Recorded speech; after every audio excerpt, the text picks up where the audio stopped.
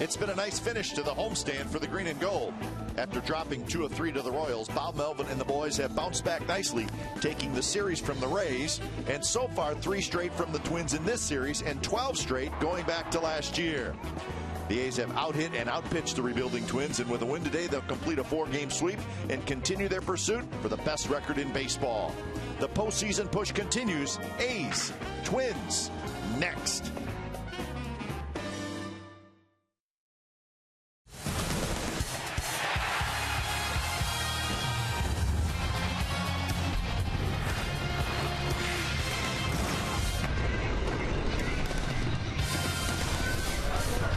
Well, the long homestand comes to an end this afternoon here at the O.co Coliseum. A beautiful day for baseball, and the A's are going for the sweep, and they will send the big right-hander Jason Hammel to the mound against the Twins. So 4th and final game of this series. It's the Oakland A's and the Minnesota Twins coming up on Comcast Sportsnet, California.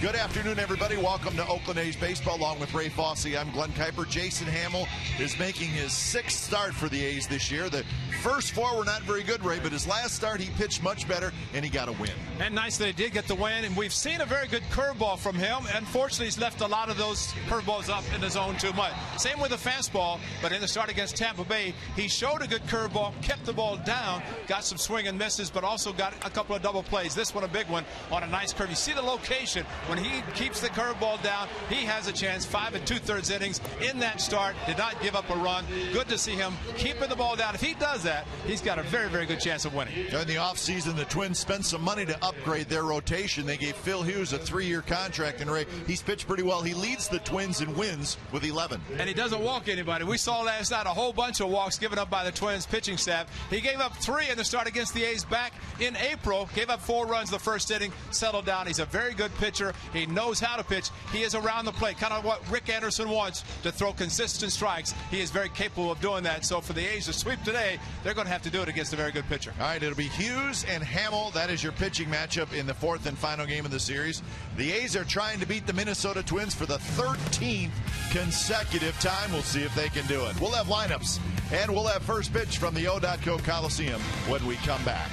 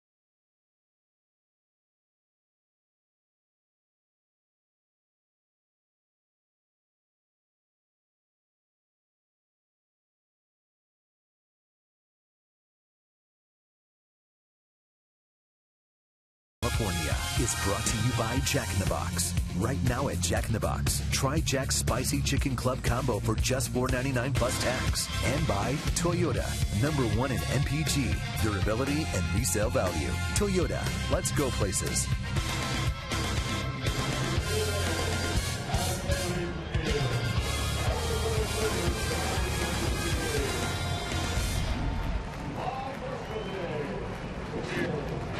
Welcome back to the Coliseum. It's the Twins and the Athletics, and it's the final game of the series. And the A's are going for the 4-game sweep.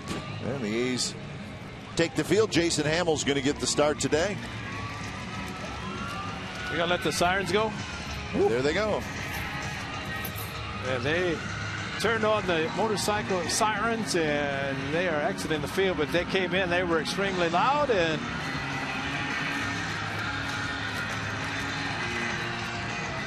wow.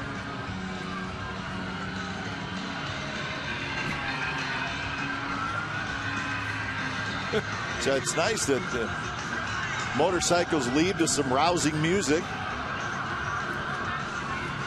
Which is louder?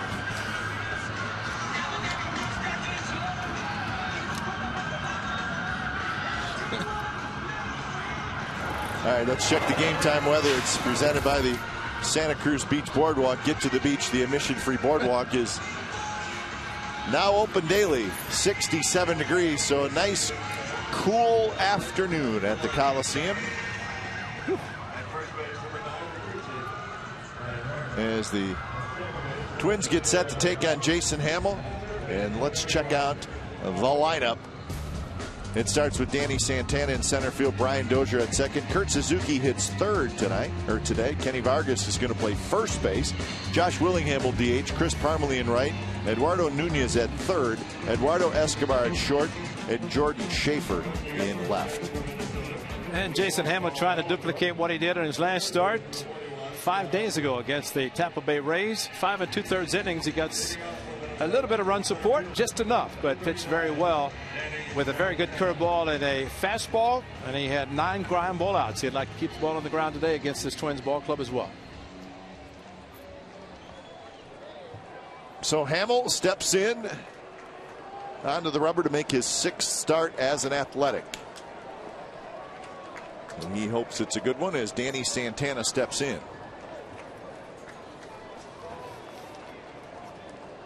And the first pitch of the ball game to the switch hitter is outside. First pitch, 108. So 108 first pitch from the Coliseum. Santana, the switch hitting center fielder. He's 3 for 13 with a couple of runs scored in the series. Make it 2 for 13.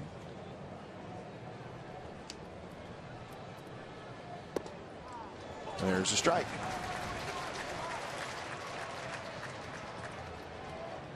Well, the 4-game series have had a chance to see all 4 umpires behind the plate. Today it's Lance Barrett who started the series at third base with a rotation, finds him behind the plate today.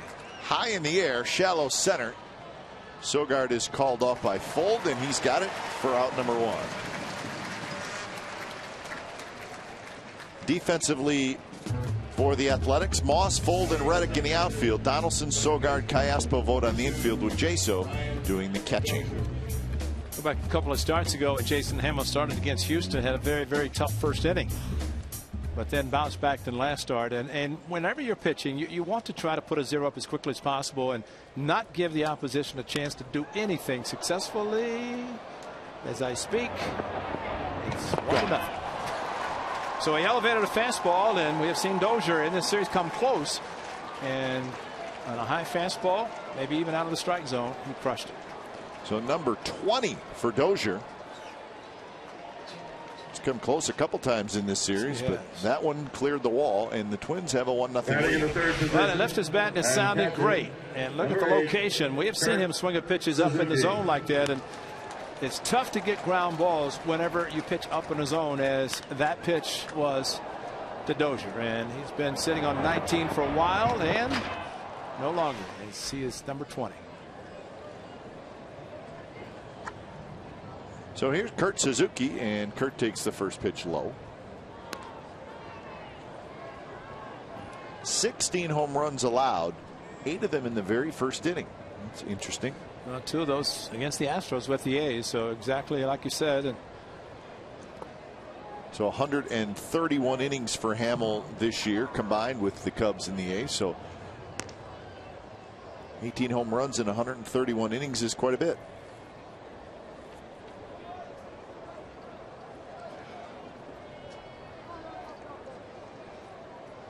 So 2-0 with Kenny Vargas in the on-deck circle. Suzuki hits one to right. Reddick is right there for the second out. Time now for the Nissan keys to the game. Lucky 13 versus the Twins. That's what it would take to win the 13th consecutive game. That would be today in a 4-game sweep. And for Jason Hamill, create a win streak. And yes, he won his last start. That's a 1. And it'd be nice for him to pick up his second in this start today against the Twins. So here's Kenny Vargas. Vargas is playing first base today.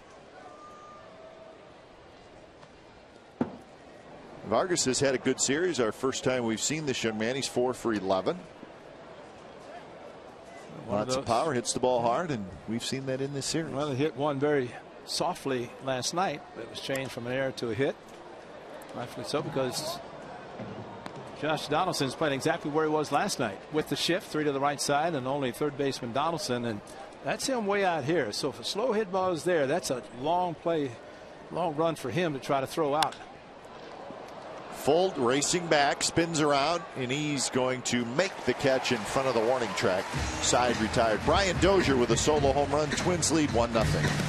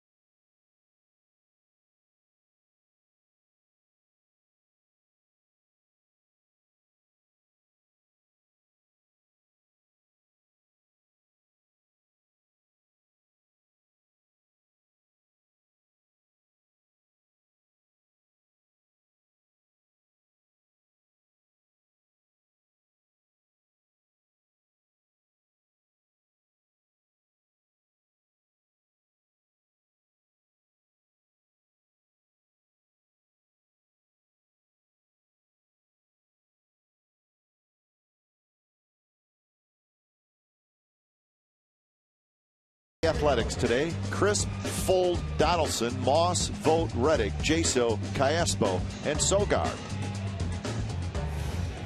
Phil Hughes, the veteran, on the mound for the Twins, and as Kipe said, he signed a 3-year contract from the Yankees coming over to the Twins. Got to bolster their starting rotation. He's pitched well, 11 wins on the season, and the start he had against the A's back on the 9th of April gave up 4 runs in the first inning.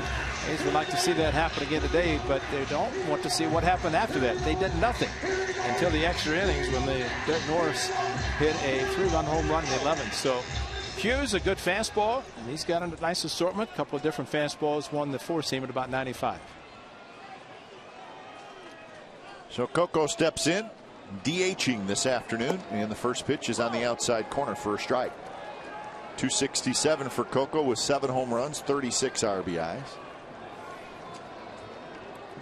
He's 1 for 10 in the series. Excuse me, Ray. No, I was just going to say Phil Hughes is the anti-Trevor May, because Trevor May had a tough time last night throwing strikes, and Phil Hughes will throw them. Will throw a lot of strikes. 14 walks, 127 strikeouts in 143 innings. That's unbelievable. Dozier, the second baseman, a couple steps out onto the grass.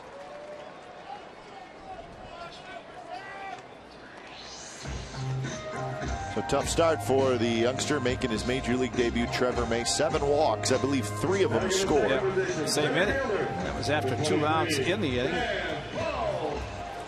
As I mentioned, Phil Hughes with the 14 walks cap in the game at Target Field. He walked 3 A's in the 5 innings. So 11 walks since then. That was his second start of the season. That's right. Yeah, since then I mean, it's either 0 walks or 1 walk.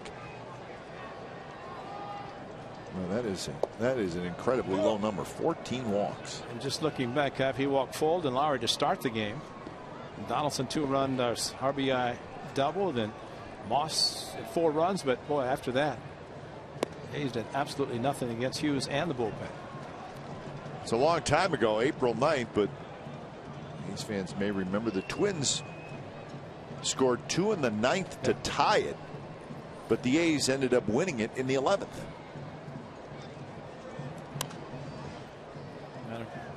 That was the first of Derek Norris's 6 3-run home runs. Another 3-run shot last night. That was against, in that game, Burton.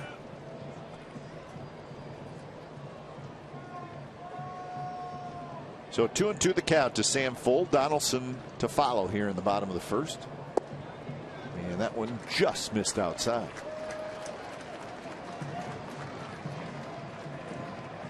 Hughes had kind of a dart throwing short arm pitcher, which sometimes can be a little bit difficult on a hitter. See, who would be another example of that? You know, Gregerson's a little bit of a short armor. Joe Blanton was a short armor.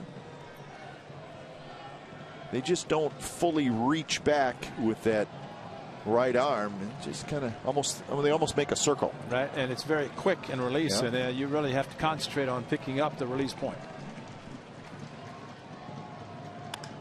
And that one hit past Nunez and a base hit to left field. And Fuld with a big turn, and he's going to stop, but he's going to have to hustle back. But it's going to be a 1-out single for Fuld. Now, Sam took the close pitch on the outside part of the plate that was called a ball, and then finally got the 3-2 hitters count, and maybe a pitch out of the strike zone. But Fuld with a no stride past the third baseman Nunez, and he was thinking too, but very, very smartly got back because that was a strong throw in from Schaefer. So Fuld aboard. Here's Donaldson. Donaldson's had a good series. He's 5 for 10 with a couple of doubles, a couple of walks, a couple of RBIs.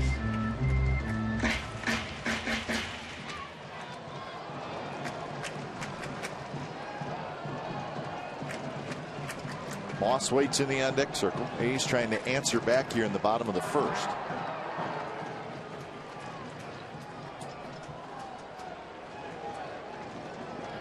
A's are 72-44. They've won 5 out of their last 6.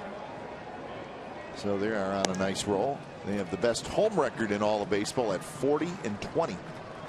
And as we mentioned in our open, they have beat the Minnesota Twins 12 consecutive times. And lucky 13 might be the hardest. Yeah. If you think about it, lucky 13, but A's will give it their best. Fuld runs, pitches a strike, throw to second base, not in time. Well, once again, a hitter, kind of like you mentioned the other night, right-handed hitter, let him go. You could see him take off the huge jump. Phil Hughes not really paying that much attention, and Sam Fuld got a running lead and took off. And Kurt Suzuki, strong throw, almost got him on the backside as he slid in, but he was already on the bag by the time Dozier made the tag.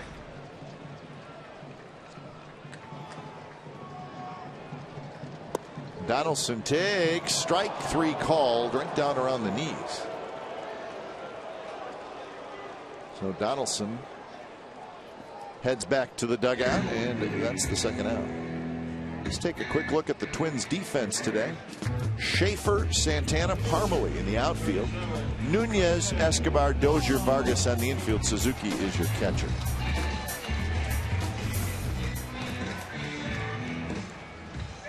So here's Moss.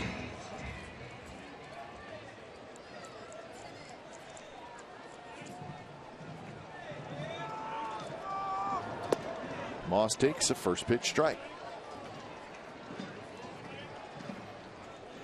I think the A's, of course, can look back through Adam Roden to look at the game back in the second start, but realize that Hughes is a much different pitcher, probably more of the type that he was when he was with the Yankees.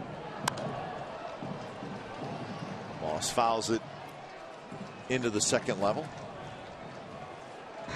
Ray, we were talking about that winning streak against the Twins. The first game that these two teams played last year, the Twins won. And then the A's went on to win 6 straight. And then what they've done this year. Inside. But hey, it's hard to beat a team that many times in a row. No matter how good you may be or how down the other team may be, still hard to do.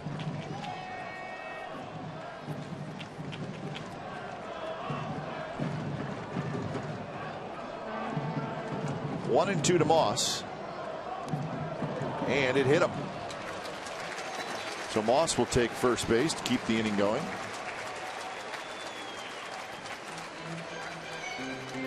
Well, as we say, if you're ever going to get hit, that's the way to do it. Just a glancing, maybe a uniform shot, bloused uniform, or maybe on the elbow a little bit. Like he got him below the elbow, but he pulled it back and got him right above.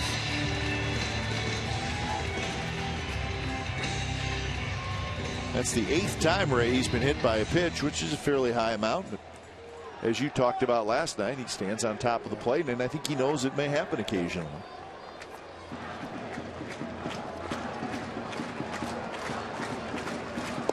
So here's Vogt, and Vogt takes a first pitch strike. Vogt is 4 for 10 in the series. A couple of home runs, 4 RBIs.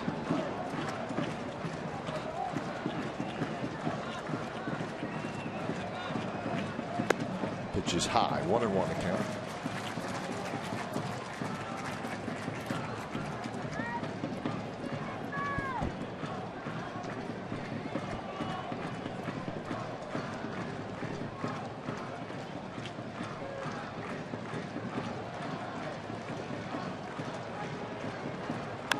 Vogt to right, down the line. It is foul. Wow.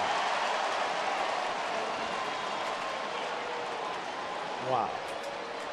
I thought maybe it hit it so hard and so high that it would get over the foul pole, which that one was hit high enough. But he was just a little too quick. Watch the flight of the ball. If it cuts in front, just that much. And Ryan Gorman, veteran first base umpire, veteran umpire at first base today, just turned around and watched the ball go in front of the foul pole. So now the count 1-2.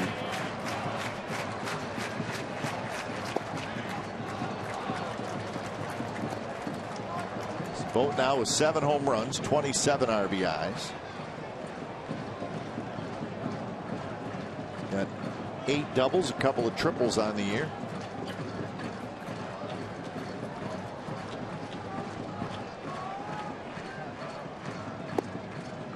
Very close, and now it's a full count. So backdoor cut fastballs, unfortunately, they're missing. Fortunately for the A's, but I think Phil Hughes would like to have it. Kurt Suzuki, really, his target is set up, and he's not moving his mitt, so they must have been coming around the plate just enough. Runners take off. 3-2 pitch is line to right. That's a hit. Fuld is going to come in to score. Donaldson to third. He is in there. Make it Moss to third. He's in there, and Vogt comes through once again, and this game is tied. That young man is absolutely remarkable. It is unbelievable what he has been able to do, getting a chance to play as much as he has. He goes from hitting a 3-run home run, and many times you think, oh, he just missed one, and then he does not come through. But Stephen Vogt got the similar cut fastball that had been called a ball. But this one, Phil Hughes had to bring a little bit closer to the plate, and Stephen Vogt just dropped the head of the bat. A beautiful swing, and comes up with a big run because Sam Fuld was on the move. That's the nice thing about 3-2. A ball hit that hard, no chance for a play at the plate. No, Exmo brought to you by Cash Creek Casino Resort.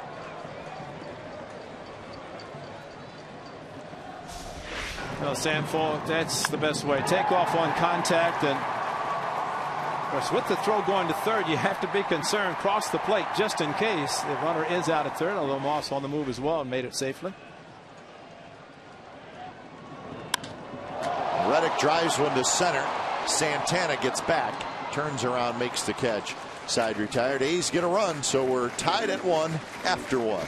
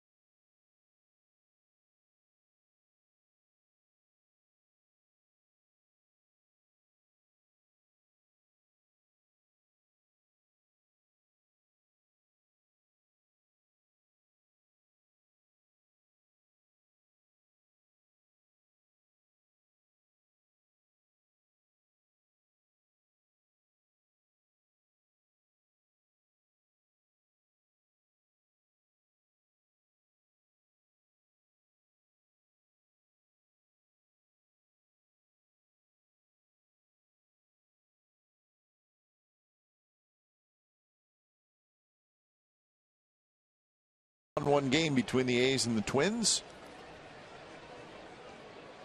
as Willingham will lead it off, followed by Parmalee and Nunez. So Stephen Vogt with a 2-out RBI hit.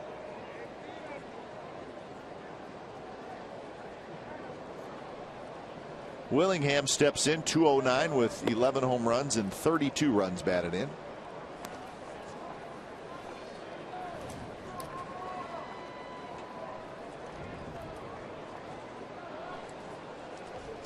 One for 10 with 6 strikeouts in this series. Good curveball from Hamill. You mentioned the Twins beating the A's the last time they beat them. I'll give you 3 guesses as to who hit a home run, but I'm going to give you a long time before you get a chance to answer. Let me think about it. Yeah. Look out, here it comes. Oh, why'd you duck? I was ready, sort of. You're ready for it to go right between ready us, to get right? out of the way. I think that's the closest we've come to getting one up here this year. Hit right above us on the concrete slab. Vogt drifts into foul territory, and he makes the catch. All right, true story brought to you by McDonald's. Last time the Twins beat the A's, here it is. September 10th of 2013. We should have known. Josh Willingham, he hit one off Parker, and then he hit one off Cook late, and the Twins won it 4-3. That was one of those games where I think the A's felt pretty good. They thought they had it in the bag, but that was the bottom of the 8th inning. The RC also hit a home run off Jared Parker. Remember, Parker had 19 consecutive starts without a loss, and he had the win going into the latter part of the game. Ended up losing in his next start to the Angels, but a very good outing for Jared Parker. Fuld is back. He's right near the wall, and he makes the catch. Parmalee is retired.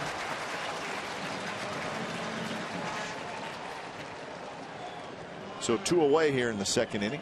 Well, 5 outs recorded in this game by a starting pitcher, all 5 in the air. And that one was loud. Fortunately, a little bit towards right center in the warning track. If you're going to have somebody hit him 400 straight away versus 330 down the lines, even the 362, the jagged edge, just to the side of the out-of-town scoreboard. But that's the ideal area because the deepest part of the park. And that one was just to the right as we look at it. 362 in the jagged edge in left field. Very inviting, but a higher wall. 362 just to the right as you look at that out-of-town scoreboard, and same on the right field side.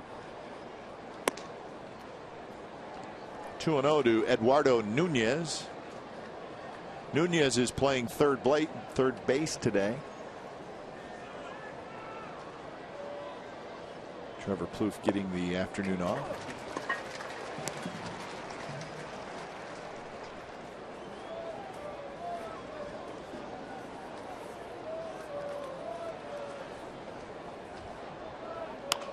Bounced up the middle.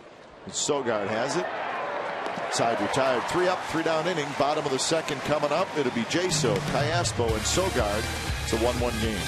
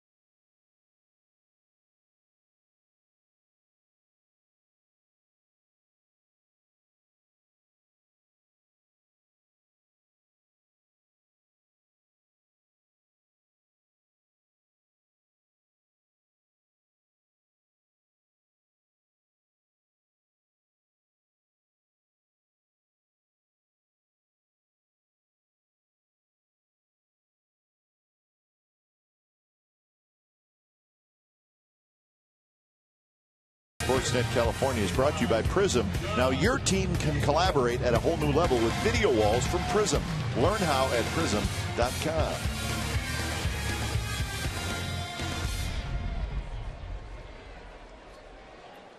There's a big league binoculars right there. Huh. Man. I'm looking at mine that I have up here, and I'm embarrassed. Well, you accomplished the same thing. Those just look impressive. I have binocular envy after seeing that. Oh, those are nice ones that you're they're old. Sporting there. You know what? They work. Jaso is retired. Hey, how about that ball game last night, Ray, in Anaheim? You mean this morning? Yeah. And they're back at it 12 hours later. They are. They're in the 4th inning. The Red Sox and the Angels, they're playing fast today. No score in the 4th. Now, that game started about a half hour earlier than our game. Last night, 19 innings. The Angels beat the Red Sox 5-4 on an Albert Pujols home run. 19 innings. It came to an end at 12:39 a.m. and it was 6 hours and 31 minutes. And the game-winning home run had to be reviewed in New York at 3:39 in the morning. 3:39, yeah. Somebody was there, we think. We hope. They made the call. But I like the report where it said the players hurriedly went into the clubhouse. Yeah, hurriedly, because within 12 hours they were playing again today. And, of course, the Angels played 12:35 on Sundays. I think today that extra half hour might have been huge. Well, there was 18 pitchers used. There was 558 pitches thrown. 32 combined strikeouts. Albert Pujols played third base. And starting pitchers were used instead of position players. You'd always look at a position player situation, but they were using actual starting pitchers. And I know, Ray, both teams made a couple roster moves this morning, obviously, to get a couple fresh arms to the big league level. So that is what's going on down in Anaheim. But actually, in the 14th inning, the Red Sox scored a run, and then Mike Trout knocked in a run in the bottom of the 14th to extend the game, and then they went all the way to the 19th. The Angels actually had runners at first and third, one out in that same inning, and Pujols grounded short, and then Hamilton struck out. So it actually, John Farrell brought his closer, who hardly in the 11th inning in a tie game. So it got to the point where they had to use everybody, and ultimately they did. The time the game was over. So again, the Angels won it 5-4 over the Red Sox. And not surprising to read that Albert Pujols said, if it means that it might get us going, then we'll stay out here all night. Well, they stayed out all night to play, and just a matter of what it's going to mean to them in the future. Vargas, the catcher for the Red Sox, caught every inning.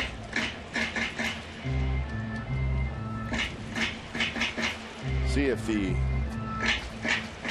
Angels get a day off anytime soon. Let's check. Yep, they do, Ray. They will have a day off tomorrow. Actually, they have a day off tomorrow, play the Phillies at home Tuesday, Wednesday, and then they have Thursday off. So at least the schedule has been kind to them for the upcoming week. So they'll need to get through today. And the A's will go straight through it, so they'll play 2 more games than the Angels by the time this week is over. Sogard called out on strikes. 3 up, 3 down inning for Phil Hughes. 3rd inning coming up, tied at 1.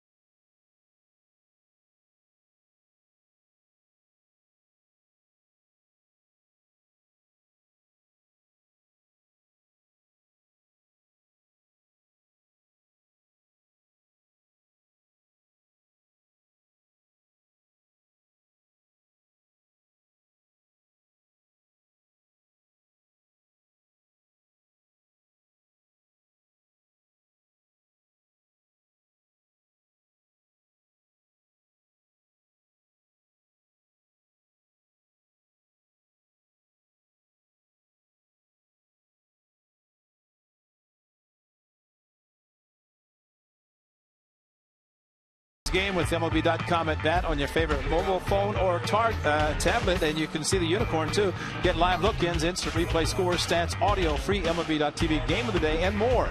Download on the App Store or visit athletics.com today. Top of the 3rd inning, Eduardo Escobar swings and misses. Escobar 2 for 7 with a couple of doubles in this series. 274 overall. Escobar, as we mentioned last night, has 29 doubles on the year. In the top 10 in that category.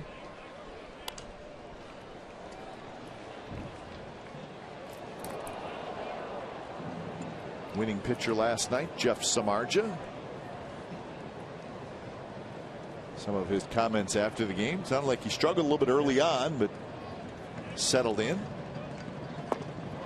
And the 1-2 pitch. And Escobar's gone. I think the most impressive thing is that if he was struggling and he may not have made the pitches that he wanted to, he made it when he had to. And that's the main thing. Elevated a fastball to Willingham, and good fastball outside corner. Fastball topped out about 96. So it was good. His splitter was good. And while he might not have been happy with just 6 innings, he still got the job done. Had nice run support from the A's last night. So I guess Toronto and Minnesota, the run support, probably never dreamed about getting that at Chicago.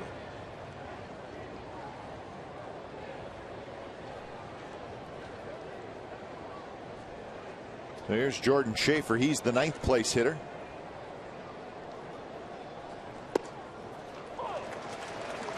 One and one the count.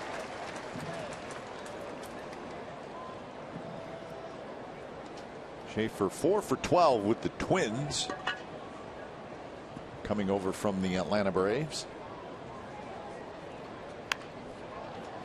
Bunts it. Hamels throws to first. Not in time. So it's going to be an error on the pitcher. Had plenty of time, but as he fell off towards the first base side, he had the bunt, but just missed it. And momentum a little bit too far. And fortunately, he made a good throw to Stephen Vogt, because the problem here, once he dropped the ball, missed it, he fired a bullet to first base. And boy, if he had made a bad throw, that would have been a costly, maybe 3 bases, 2 bases at least. But Schaefer has excellent speed. He just wanted to get it past Hamill. He might have bunted it so hard that Caswell could have fielded it. Schaefer, keep an eye on him. Good base stealer.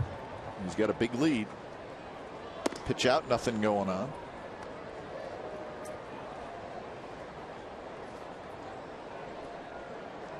Schaefer's got 18 steals combined with the 2 teams. He's only been thrown out twice.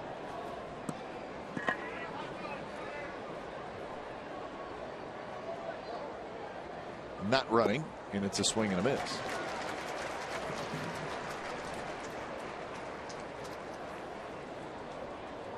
Dozier, the on deck hitter.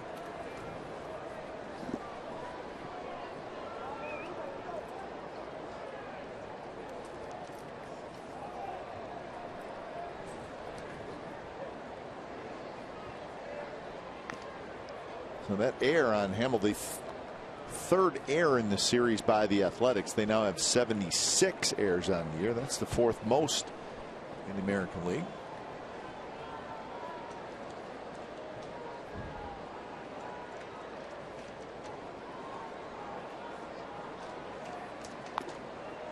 So the A's statistically have made a lot of errors this year, but I think that can be a little bit misleading. I don't think there's any question that they're an above average defensive team.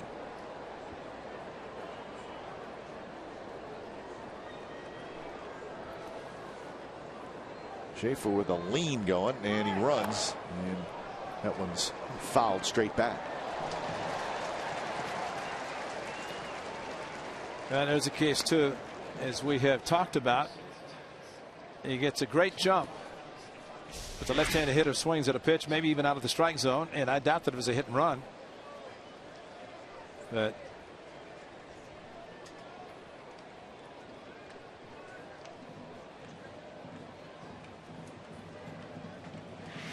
like he got hit, but also looked like he was trying to avoid getting hit by the bat, and the follow through by Santana. Another foul ball left side, right into the camera pit again. We had one of those last night.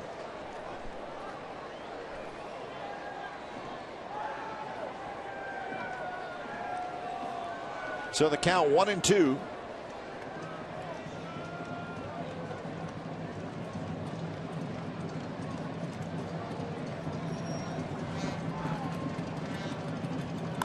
And there's a line drive, but it's going to hook foul.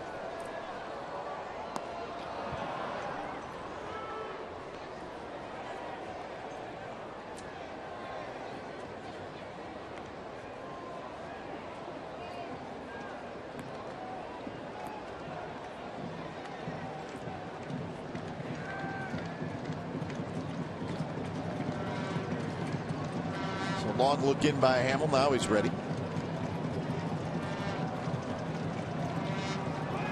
Runner goes, swing and a miss. Throw to second base is late, and Schaefer has a stolen base. Santana strikes out. They almost sacrificed a stolen base. John Jaso stayed within the game plan, and he did not call for a fastball, even though look at the lean, the big jump by Schaefer. But look at the pitch also. Curveball, a little backhand.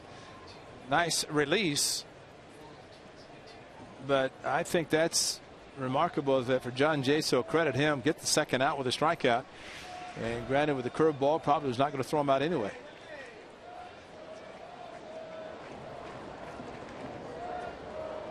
So here's Dozier, who takes inside.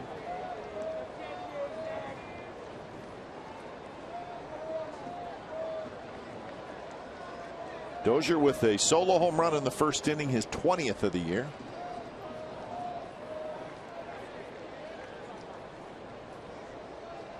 Nobody else on the Twins has more than 11. Willingham has 11. And John Jaso with the backhand, and everything working very nicely. But really not much of a chance, especially with a slower curveball and the fact that he had it backhand. Get the mask all turned to the side, has the sunglasses on, which is always good for pop-ups.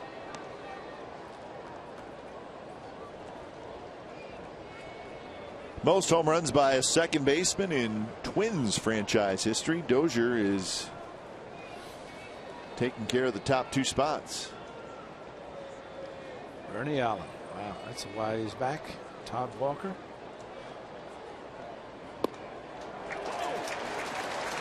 So 2-2 now to Dozier.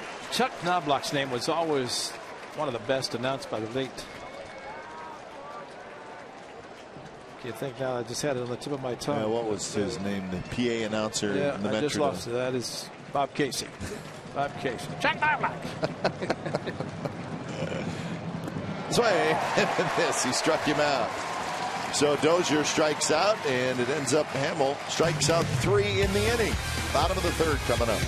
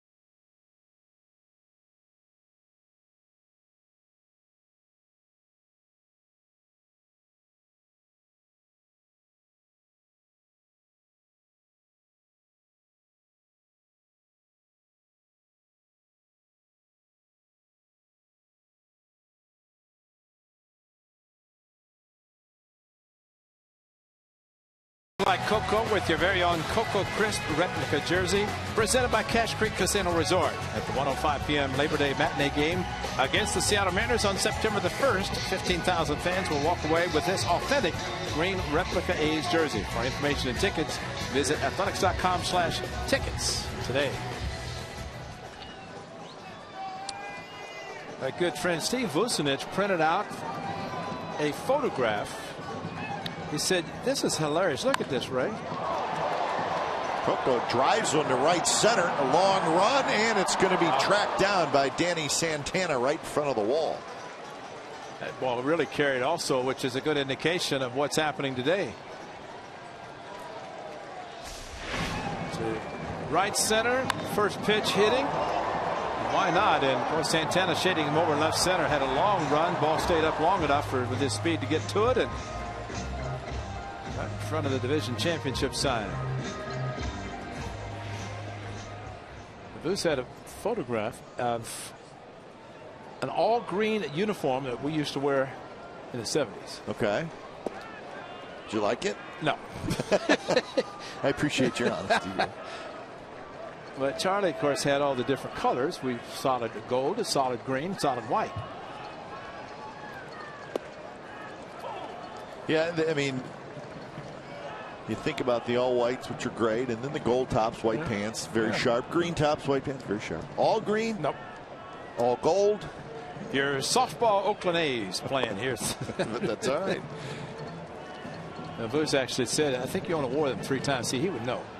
And the Giant Canary uniforms that we wore, all gold, those were infrequent as well. But the mixture of the gold top with the pants and, of course, the wedding gown white on Sundays. So I got a great trivia question then, and I don't have the answer, but I'm going to say that the answer is Ray Fosse, as Sam Fold is called out. Let's take a quick look at the side swing, see if he went. He said he did. Well, that's the third base umpire making a call, and that constitutes a swing based on the interpretation of the check swing. He didn't think so.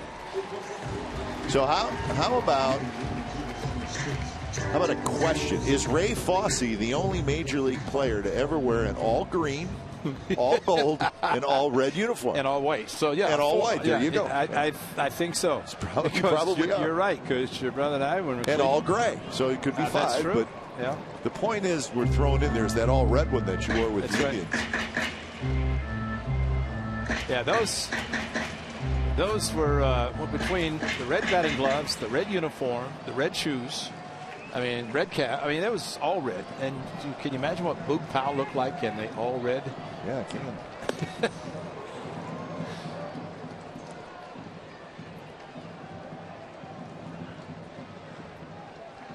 Quick 0-2 to Donaldson. See, I'm just wondering that in '72, it seems like I'd have to ask Voos about the all green, all gold. But I don't know if George Hendrick would trade it for each other. Maybe he won '72. Yeah. Voos would know. Yeah. I bet Voos is going to text us his answer when we come back. 1-1 game as we head to the 4th. If he's not working.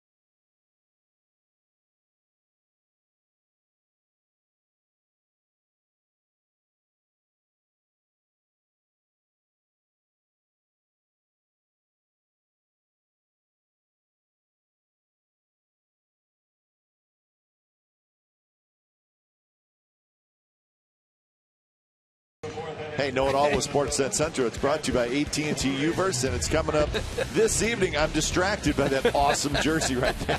It's at 6 p.m., and it's on our sister station, Comcast Sportsnet Bay Area. All the highlights and clubhouse reaction from our ball game here. And the 49ers and the Ravens, a joint practice. In fact, they're having 3 of them. And what's going on with the Raiders? We'll get the latest from their training camp. Kate Longworth, Henry Wolford will host. Awesome jersey. That guy usually sits down kind of right below us. Oh, there he is, right over there. I can see him. He's in the lower level, but oh yeah, right on the edge. Good seat. Now, if he's got gold pants on, then he's really sitting pretty. And if he has fake in front of his name, I'd be found out. Oh, yeah. That's a whole nother story. Suzuki hit a fly ball to right field in the first inning. Donaldson charges, not an easy play, throws quickly, and they got him. Heck of a play by Donaldson. That ball hit the plate and somehow stayed fair, and Josh Donaldson.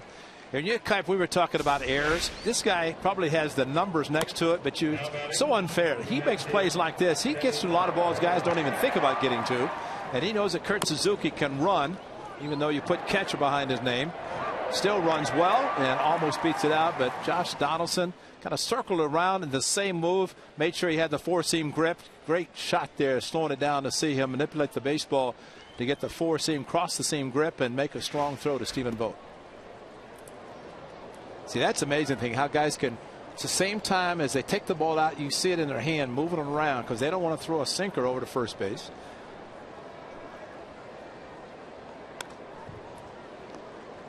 1-1 the count to Kenny Vargas. Watch the right hand, picks the ball up, and boom, just that quickly, and that's a great play. There's no sink on that throw. No, this is a 4-seam, and he had just enough time, and man, what a strong arm he has always had since playing third.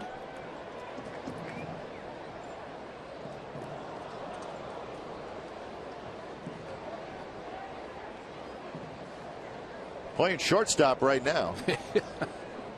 Got the shortstop's arm. Yeah.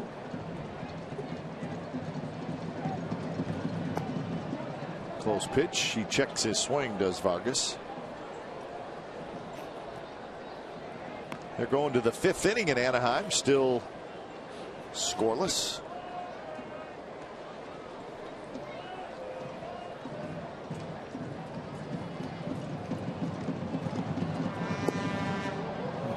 Could have been a strike, wasn't called. 3-2. Jaso sat on it for a little bit.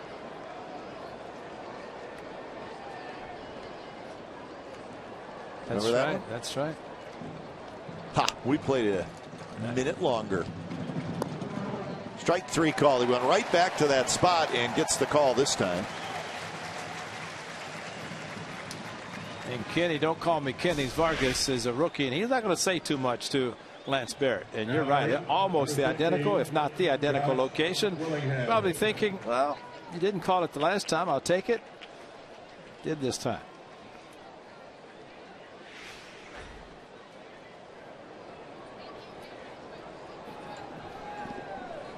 For the last 5 outs for Hamill have been strikeouts, which is always good. Don't have to worry about the fly balls there. Hasn't walked anybody. He walked 4 in his last start. Good point, because that's much different today. There's the good curveball, but it drops low to Willingham. 2-0 the count. Willingham fouled out to Vogt in the 2nd inning.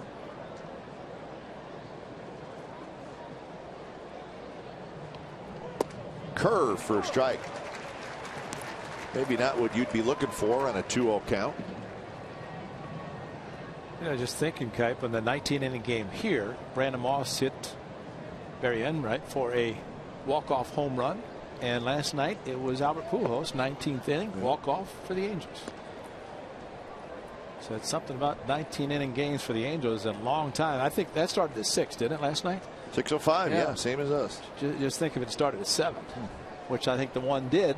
The A's played because it seemed like 1:30, 2 o'clock the A's were still playing. Willingham takes low, and he's got a 2-out walk. So that's the first walk for Hamill. And that'll bring up Chris Parmelee. Now batting, number 27, Chris Parmelee. Parmalee hit a long drive to center field in the second inning. Sam Folt caught at the warning track.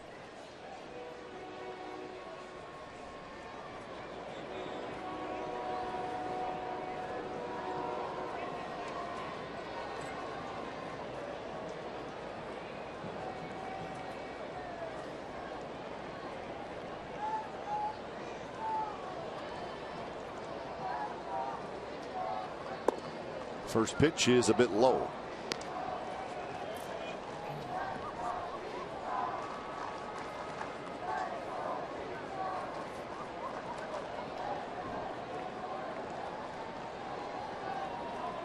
Willingham not a real candidate to steal a bag. Swing and a miss. 1-1. Actually a foul ball dropped out of the glove of Jaso.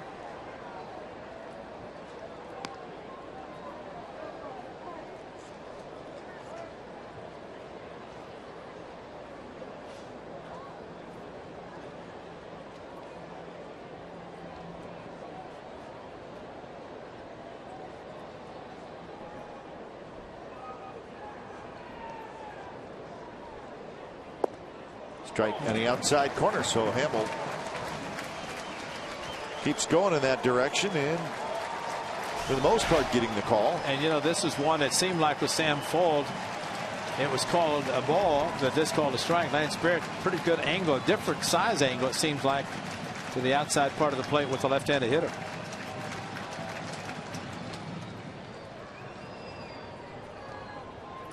More of an angle for a home plate umpire, better chance a pitcher with good control as to get the strike call.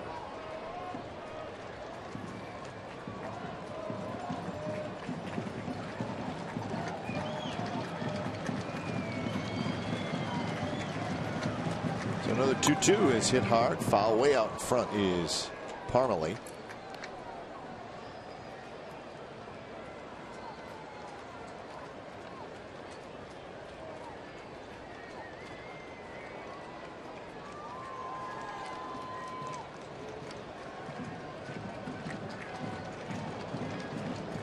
Eduardo Nunez would be next if Parmalee can get aboard.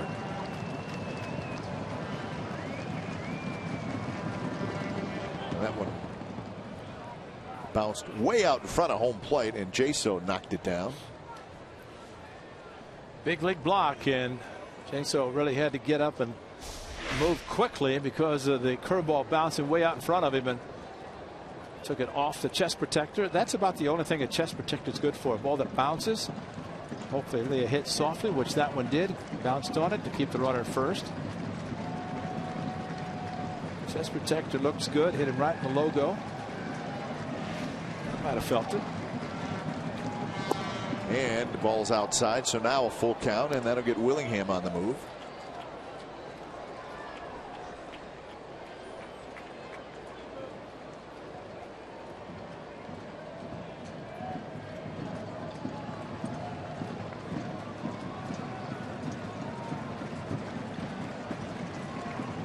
Vogt playing behind Willingham. 3-2 pitch, high fastball, swing and a miss. So 5 strikeouts for Jason Hamill, a runner stranded. Bottom of the 4th coming up.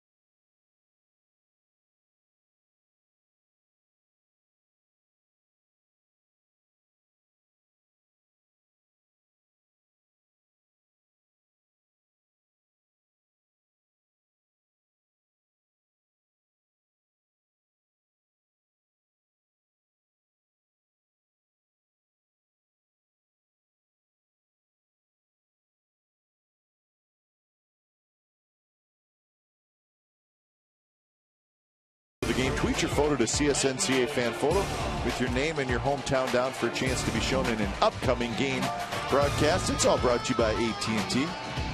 Today's fan photo comes from Chelsea Parker from Harrison, Arizona. And that's the green screen. And it says, my girls' Father's Day present to their dad. We love the A's. So we appreciate the photo.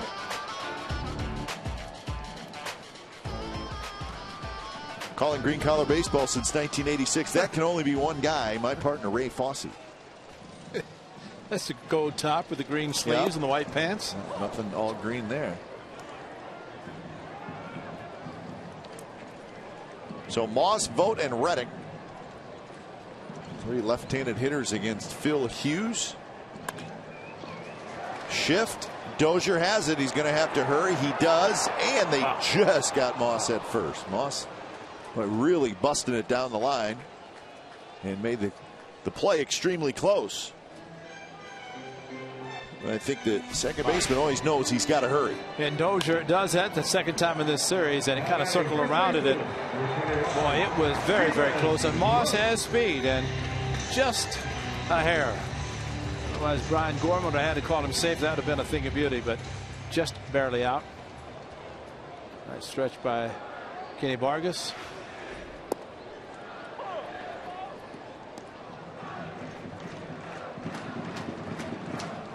So 0-1 to Vogt, who had a 2-out RBI single in the first for the A's run in the game. A good series for Vogt.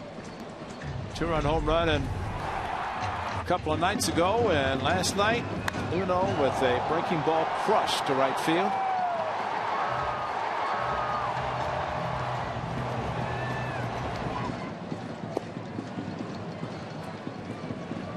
Taking some close pitches. Amazing. Even his first at bat when he pulled the ball foul and then got the base hit, but very close pitches. The cut fastball is just off the plate, but he took them. They were called balls. Then he finally hit one. So the count remains 1-2.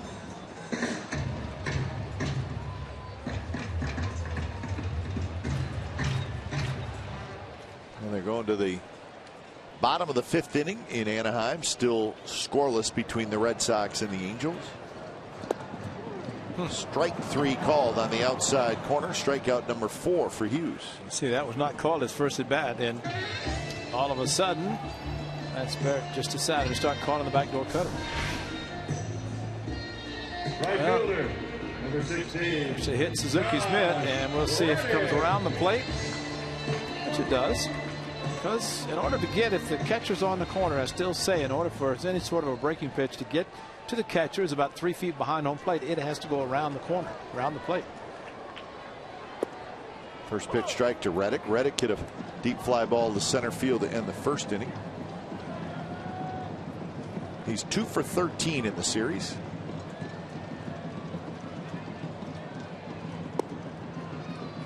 And that one not called, and that was a good pitch. So everybody trying to figure out the strike zone right now.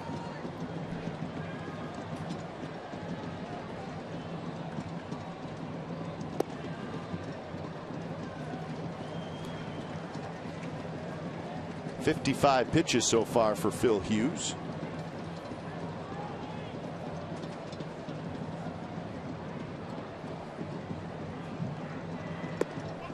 And Phil Hughes had a tough year last year with the Yankees. He was 4-14 with an ERA over 5. He made 29 starts.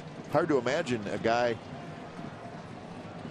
that pitches as well as Hughes does to be 4-14.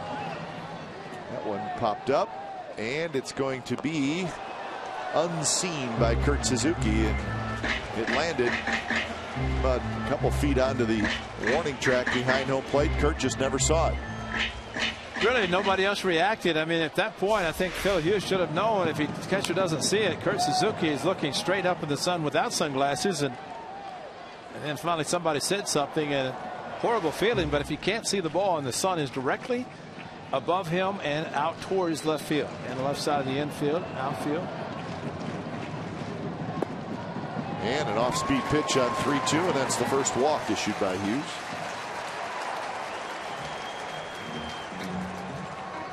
So an 11-game winner in 2014, but then the 4-14 record. 11-game winner this year, I should say, coming off the 4-14 record.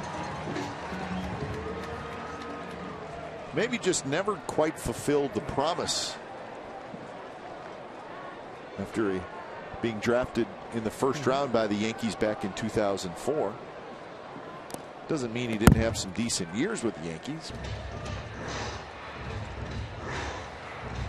The Yankees let him go, and he signed with the Twins a 3-year, $24 million contract. And the Twins signed Hughes and Ricky Nolasco, a couple of free agent starters. Nolasco's on the disabled list. I think the two games that always amazed me, he started against the A's in 2011, Cap, and we were in New York when it happened. He started 2 games. The first game, the New York Yankees won 17-7. He got a no decision, 9 runs, 7 earnings, and then 22-9. Remember the 4 grand slams? What a game! A's had a huge lead at the beginning. He's that tough son. Escobar fighting it, and he makes the catch. A little snow cone action. So keep an eye on the sunshine today. 1-1 game as we go to the 5th.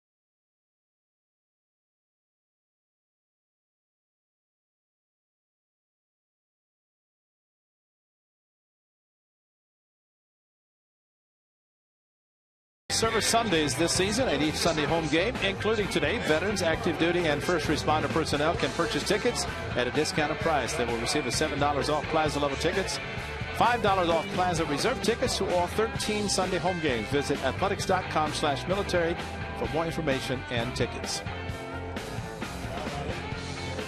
Sean Doolittle always happy to see Sundays at the Coliseum. He's very involved with the GovX program. There's a lot of big hats out here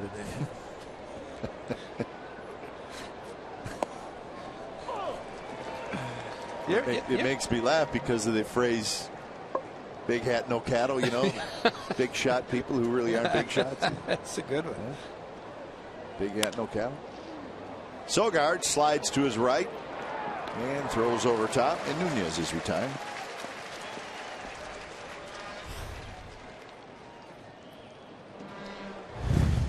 So this was earlier today before the game.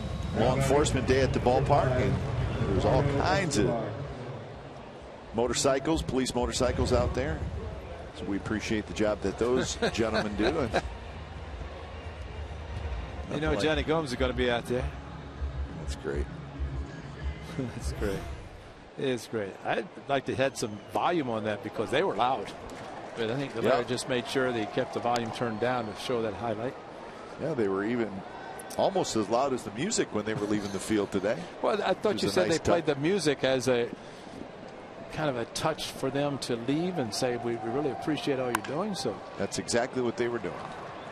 Escobar shoots one into right field for a base hit. And that'll bring up Jordan Schaefer. Now batting, number 1, Jordan Schaefer. Run for each team in the first inning. Home run by Dozier, and A's with a RBI single by Stephen Vogt, and that has been it. So this is the first hit since the first inning for either club.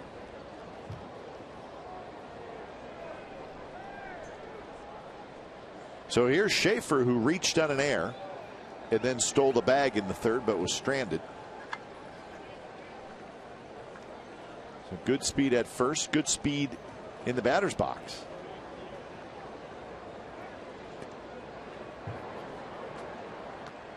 Escobar, good speed, but not necessarily a huge base stealing threat. At least he hasn't been this year. But there is a big hole on the right side, and I'm sure Schaefer sees it and would love to utilize it.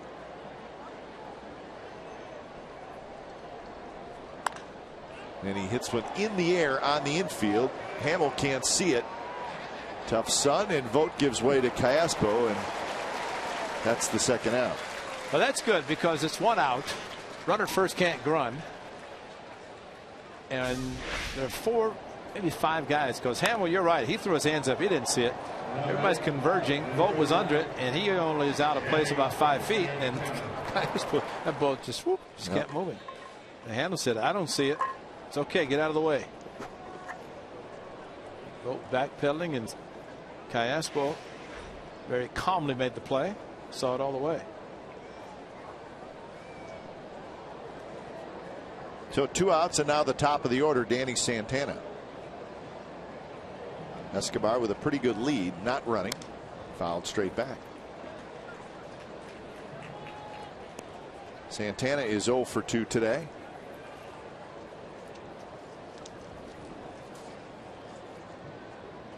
Overall in the series, he's 3 for 15.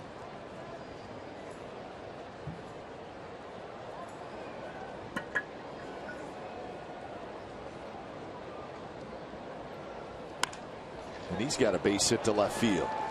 He's went the other way. So first and second, 2 outs for Dozier.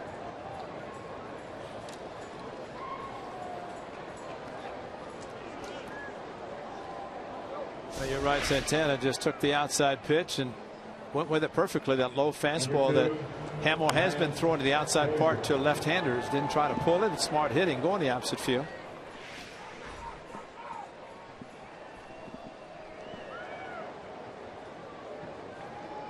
So Dozier with a home run and a strikeout so far. 5 strikeouts for Hamill. He's walked 1. And a breaking ball for a strike. Well, we have seen Jason Hamill throw a lot of very good curveballs early in the count, and remarkably, he's able to get them called strikes, got them over the plate. But as the at-bat progresses, hitters become a little bit more forced to swing at curveballs, and that's when he needs to get them down. Another good pitch. Well, this is a high fastball that Dozier hit in the first inning on the first pitch, and it was up and out of the strike zone, or at least close to being out of the strike zone. But high fastball, and Dozier got his 20th as he got under the fastball and hit it. Finally put one in fair territory.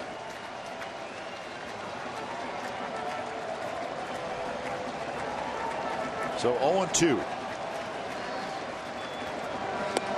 And a fastball very close. 1-2. Just off the plate, and I don't know if elevated fastball, but that's similar to the one that Dozier hit, although towards the middle of the plate. I don't think the height was a problem. I think it was more outside.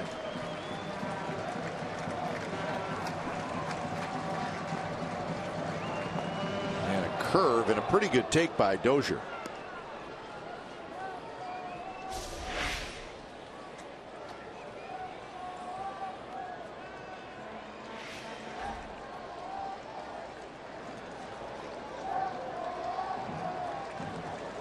Have a long look in, trying to get out of the jam.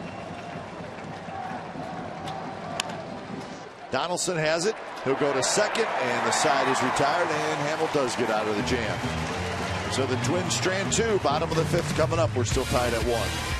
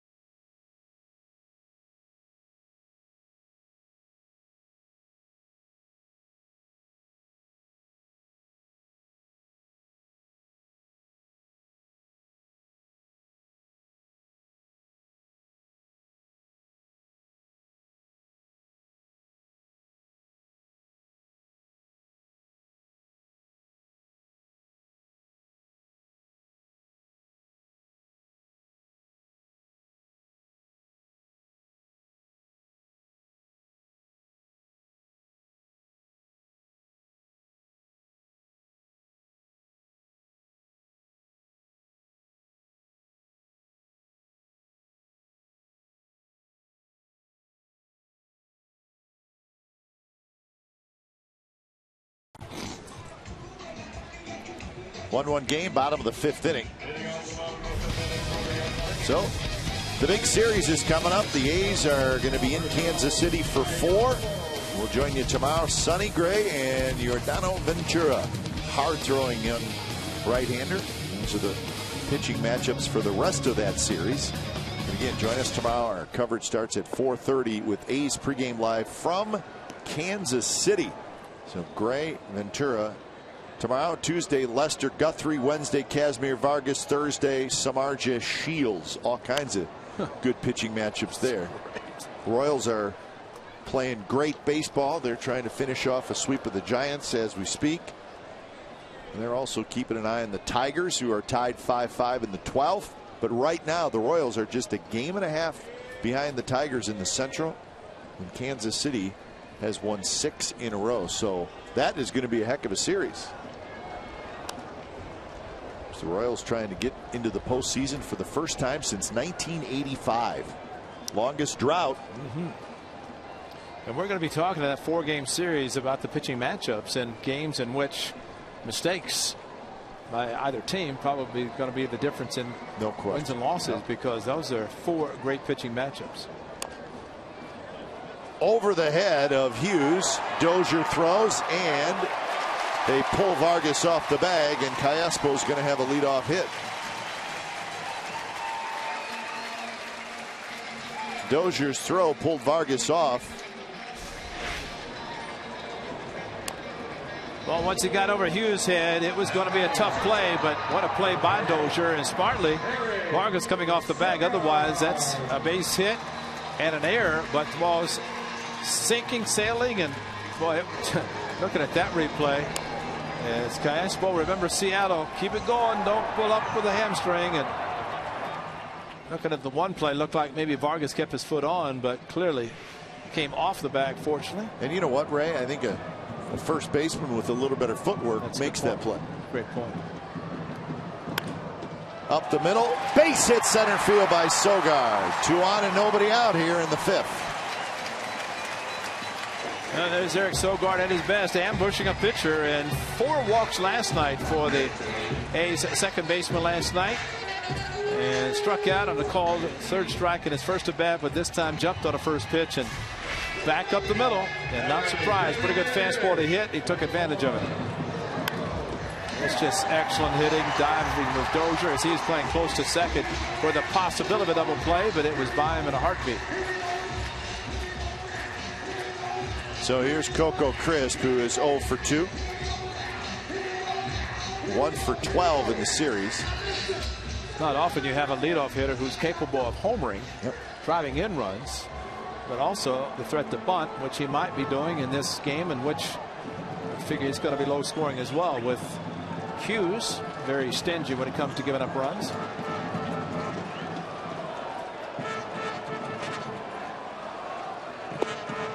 Coco takes a strike. Coco with 7 home runs this year, but last year 22 home runs for Coco Crisp.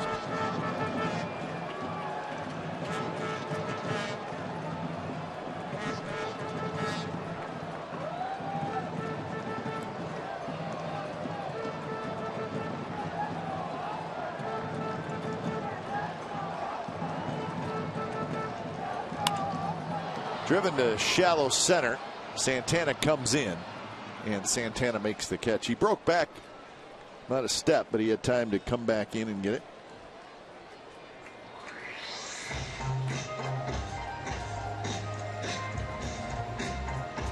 So that's out number 1, and here's Sam Fuld. He's trying to break the 1-1 tie here in the bottom of the 5th.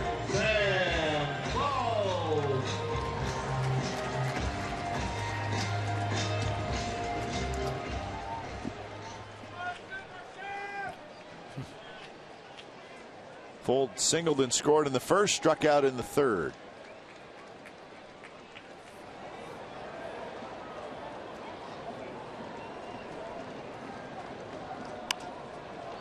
Little pop up on the infield.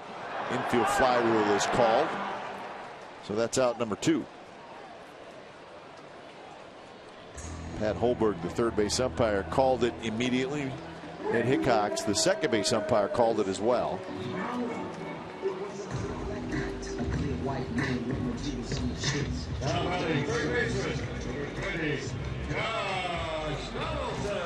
So now it's up to Donaldson. He's got a 2-out hit in the first inning from Vogt.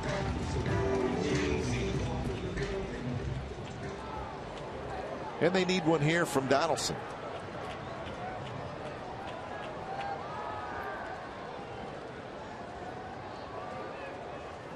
First pitch is a fastball off the plate, 1-0. Donaldson a strikeout and a ground out. He's 5 for 12 in the series.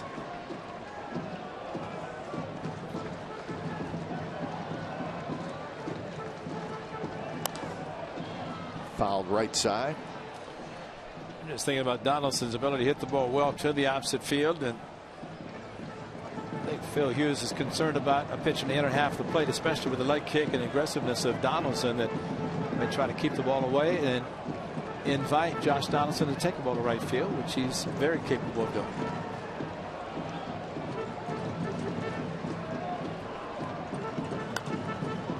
That one jammed Donaldson. He fights it off.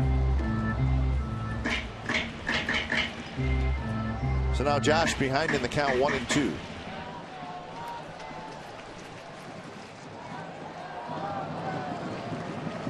Two outs, runners in scoring position. Good numbers for Donaldson.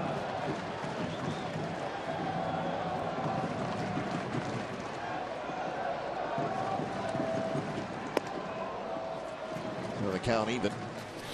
That's the pitch I'm sure Hughes learned from the great Mariano Rivera. Front door cut fastball and left it up a little bit, but Rivera would use the cutter inside of righties, inside the lefties, outside. I think pretty much every pitch he threw was a cut fastball, kind of like Bartolo Colon and scouting report, all fastballs. Swing and a miss. He struck him out. So the A's strand a pair in the 5th, and we're still tied at 1 as we head to the 6th.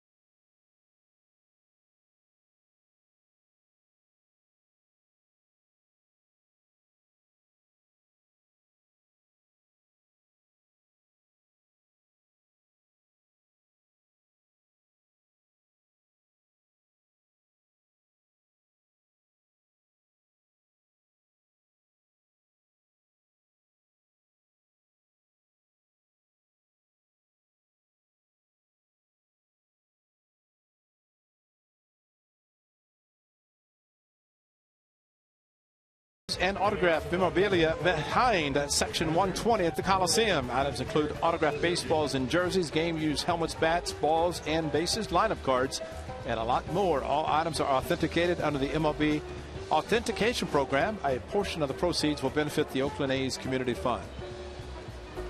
I don't see Eric Farrell down there today. He's usually down there collecting all kinds of stuff to get authenticated by Dominic or the other guys who are the authenticators from MLB.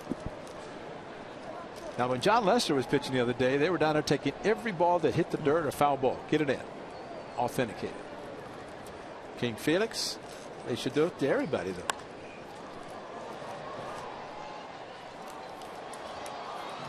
Five innings so far for Hamill. Just 3 hits, 5 strikeouts. So good start in his last outing and a good start so far today as he faces Suzuki, Vargas, and Willingham, heart of the order.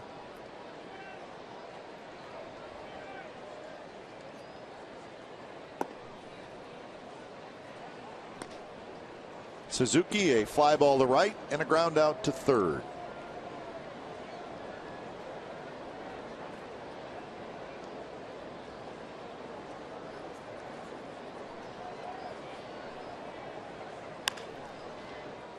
Sogard charges, throws on the run, 1 out. So Donaldson earlier make a very good play on Suzuki, and this time Sogard. It's always interesting to see an infielder charge the ball, and as he's continuing to charge, he's making sure he gets a good grip on the baseball, but his momentum is taking him towards the bag to make sure he doesn't wait too long. But both sides, the left side of the infield, both infielders making very, very good plays, very similar in the way they transfer the ball to the throwing hand and getting rid of it quickly. Nice play by Vogt. Flips to Hamill, 2 outs.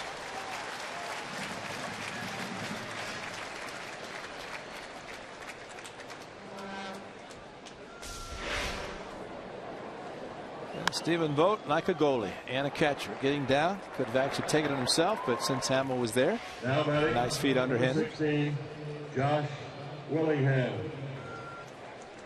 So with 2 outs, Willingham will hit.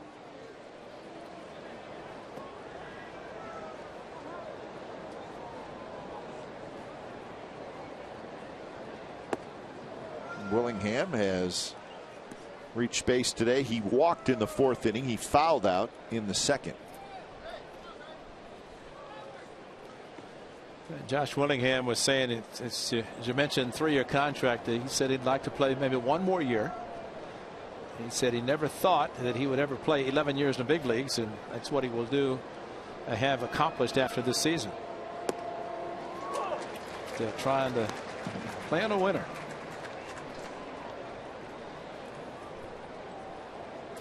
I think everybody is.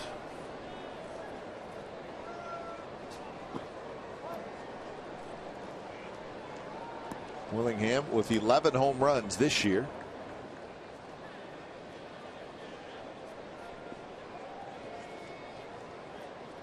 His 1 year with the A's was a good one. Hit 29 home runs. In the hole, Sogard backhands, throws in time, and that's a 9-pitch inning for Jason Hamill. Bottom of the 6th coming up. We're still tied at 1.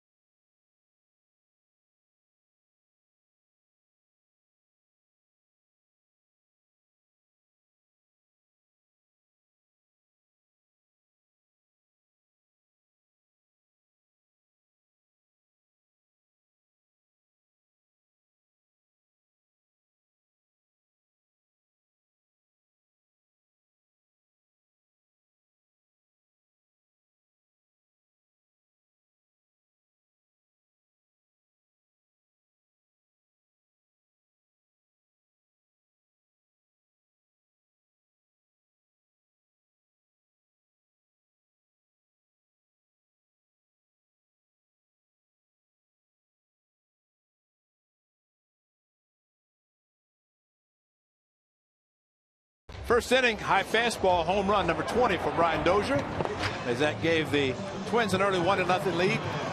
Bottom of the first inning, though, on a 3-2 cut fastball, Stephen Vogt a single, and with 2 outs scoring, Sam Ford. And of course, Hughes did in the second start against the A's, actually first start against the A's, second of the season, settled down, as has Jason Hamill. So both pitchers, after giving up a run in the first inning, settled down, and a couple of hits by the A's off Hughes last inning, didn't score.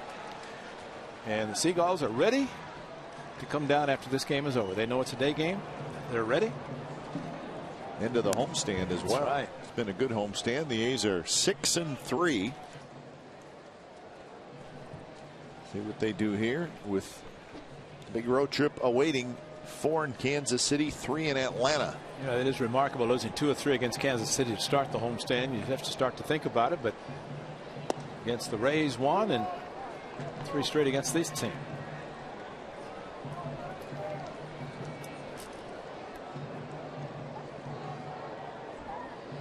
Moss, Fote, and Reddick here in the bottom of the 6th. So upcoming for the A's, 4 in Kansas City, 3 in Atlanta. And then the A's will come back home. Off day Monday, 2 against the Mets. Night game, day game. Another off day on Thursday. And then the big series with the Angels, which will be Friday, Saturday, Sunday, the 22nd, 23rd, and 24th. So that's the next 2 weeks of A's baseball. So you certainly sneak your eyes to that Angels series, but you got a real tough road trip. The Braves are really struggling right now, but it's the Braves. They're always pretty good. They've lost 9 out of 10, but you're going to go in there and lose your DH.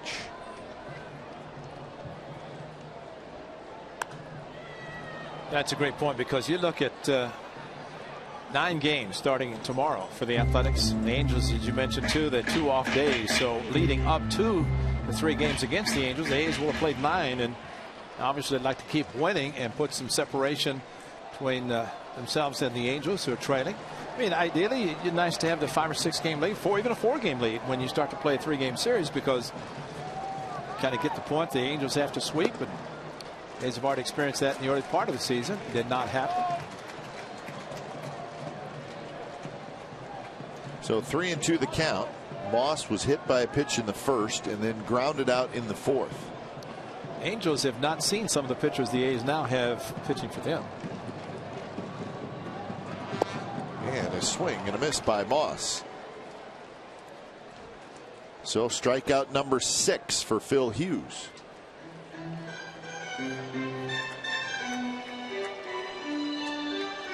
And they are in the top of the 7th inning now in Anaheim. Still no score. Mariners are leading the White Sox 3-0 in the 5th inning. Seattle coming into today just a game and a half out of the 2nd wild card spot. So the Mariners right in this thing.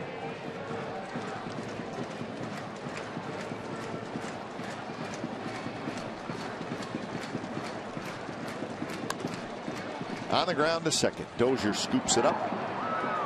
And that is out number 2. Hey, the Twins made a trade last night. They traded Kevin Correa to the Dodgers. Yes, the Dodgers were looking for some back into the rotation help. And Beckett went on the disabled list again. So Kevin Correa, who this year with the Twins was 5-13 with a 4.94 ERA. So the veteran right-hander Correa goes to the Dodgers for a player to be named later and cash considerations. Reddick skies one to right. Parmalee waits. And Phil Hughes has a 3-up, 3-down inning, and we're going to the 7th. We're all tied at 1.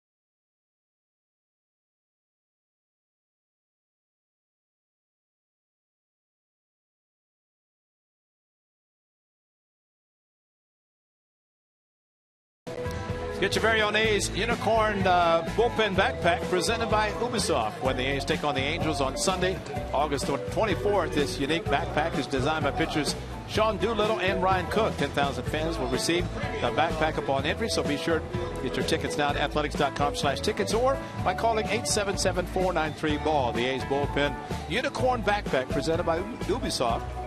Look for your dream job at ubi.com. Should be a nice. I can see Jack going to school with one of those. Your daughter? I think not. I think Jack would say what the young man up on the video board said a couple innings ago when Cara said, would you wear the backpack? Probably not to school. I could see Jack and hear Jack saying that. Yeah, exact same thing. Yeah. That's right. Nothing against the backpack, but fourth grade. Just don't want to have the boys start to bust your you chops don't a want little to have bit. to fight. Exactly. You don't want to come home and have to explain to mom and dad, why do you have that black eye? Exactly. You know, why are you doing that? That's right. Probably not to school. That's a good idea. But nothing against the backpack. Oh, it's a great giveaway. Boys like, something a little more rough and tumble. Yeah, that's what you like to think about the A's bullpen when you see them carrying a Unicorn backpack. A little rough and tumble. Yeah. But it's kind of the good luck charm. Not that those guys need much luck, they're just good. With the Unicorn right there. Always attentive. In on every play, just ready, got the baseballs rubbed up, ready to go.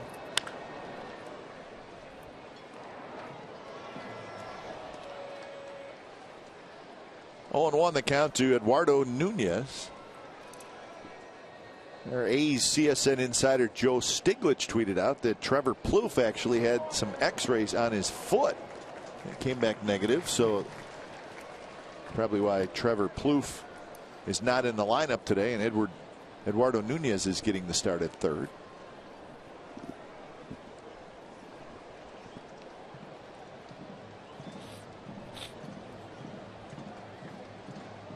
Oh, 2 the count.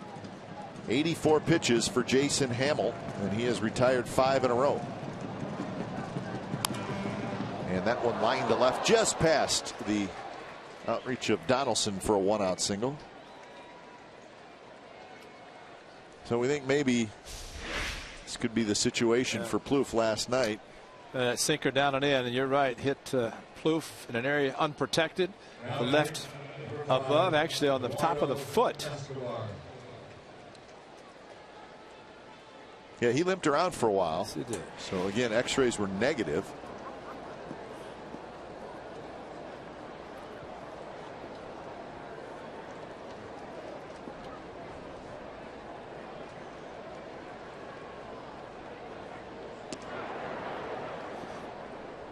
So this is Eduardo Escobar, who has struck out and singled.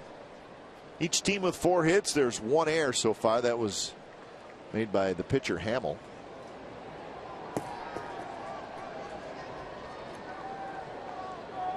Starting to get a little movement out in the bullpen. Runner goes. Pitch is high. Throw to second base is late.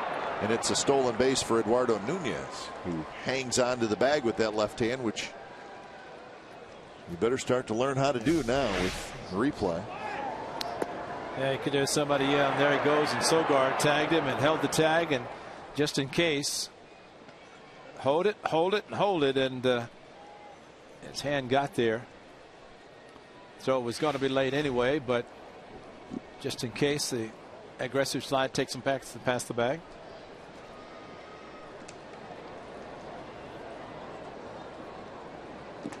So now the go-ahead run is at second base. Yeah, that time Escobar took the pitch. See a couple of guys quickly getting up.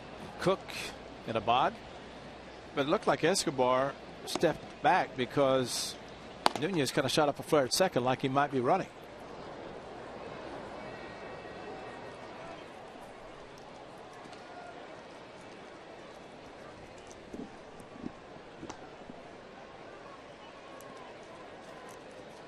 Outfield just shifted slightly toward left. At least Sam Fuld is. Not a lot.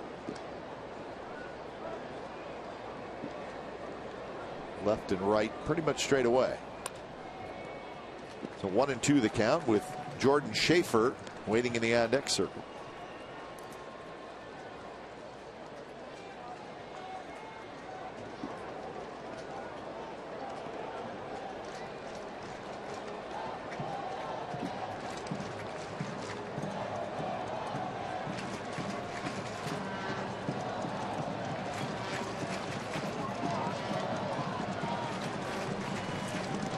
So 1-2.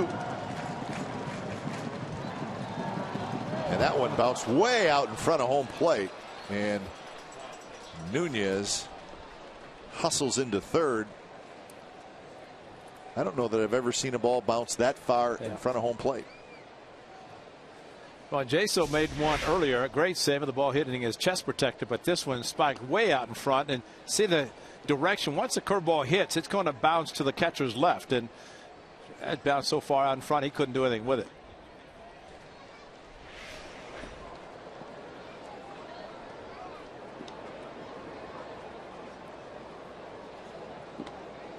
So now the runner is at third with one out. The count is 2-2.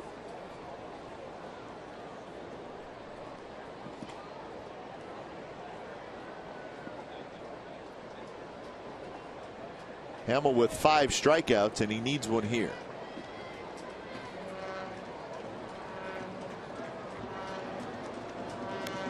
Fouled straight back.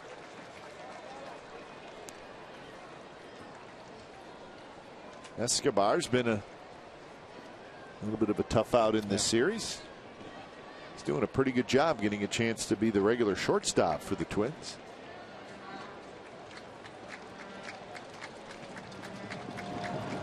Infield in.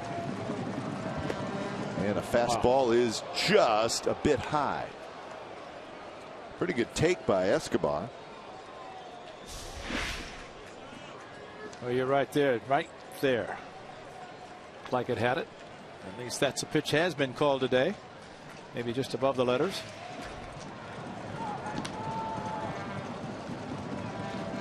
And he takes a curveball inside, and that's a pretty good at bat by Escobar. I tried to get the strikeout with a curveball, but one of the problems, sure, you have a possibility of a double play, but Schaefer's tough to double up. See what the A's are going to think about doing. Jordan Schaefer.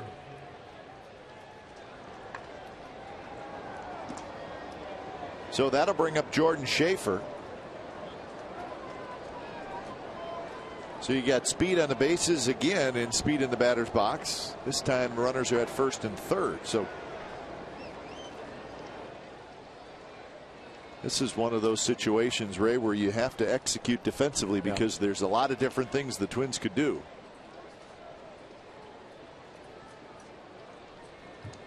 Schaefer bunted earlier in the game. Now, Bob Melvin, actually, that was to buy some time. He may go to one of the bullpen. The guys have been so good and maybe trying to get the strikeout. He's going to abide. So 6 1/3 today for Jason Hamill, and he pitched extremely well. So when it's time for change, think Speedy Oil Change and Tune Up, your oil change, tune up, and repair experts.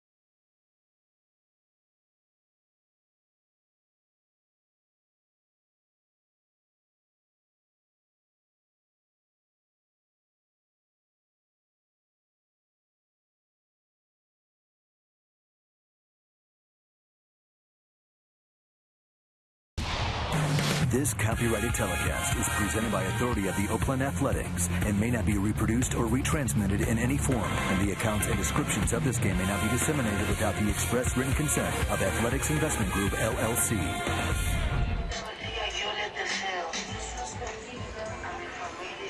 Well, the Twins are threatening to break the tie here in the top of the 7th inning. Former Twin Tom Bernansky giving the scouting report. Jason Hamill, a very good job. And 92 pitches for the right-hander, and gave up just 4 hits, a couple of walks, the 5 strikeouts, but the walk, the 3-2 curveball, not a bad pitch to Escobar, trying to get him to chase, and maybe he did or did not know that would be his last pitch, but now he's hopeful that Abad can get a strikeout. Schaefer making contact with his speed. The infield will play in, trying for the play at the plate, but that's what happens. Well, I think you really got to be heads up for a bunt here. That's right. Abad against Schaefer, lefty on lefty.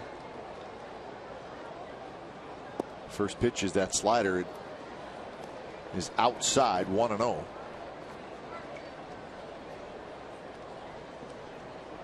about that? Inherited runner stranded. 15 for 15 for Abad. He's going to have to work hard here. He's got 2 out there with 1 out. Speed, speed, and speed. Yeah. 2 on the bases, 1 at the plate. Schaefer had a good swing, fouls it back. And, you know, lefty on lefty and a specialist, that's where Nunez really is at his best, especially if he throws the hard slider curve and throw it slowly, then enables the left-hander to stay in and make contact. It's a point in time you want it to be thrown hard.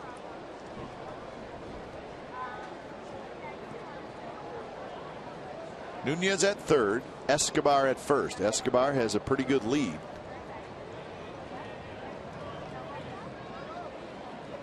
And there's the bunt, and he jabbed at it. Now they got Nunez caught in a rundown, and Donaldson puts the tag on him. How about that? There's your bunt, there's your squeeze, and it was a missed one.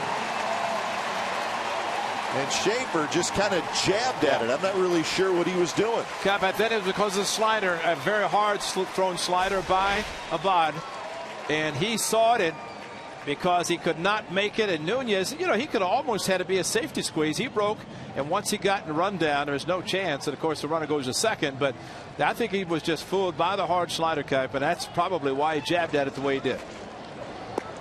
But that's an attempted squeeze, and Nunez, I mean, if it's a suicide squeeze, he should have been a lot farther down the line than he actually was. So now it's 1-2.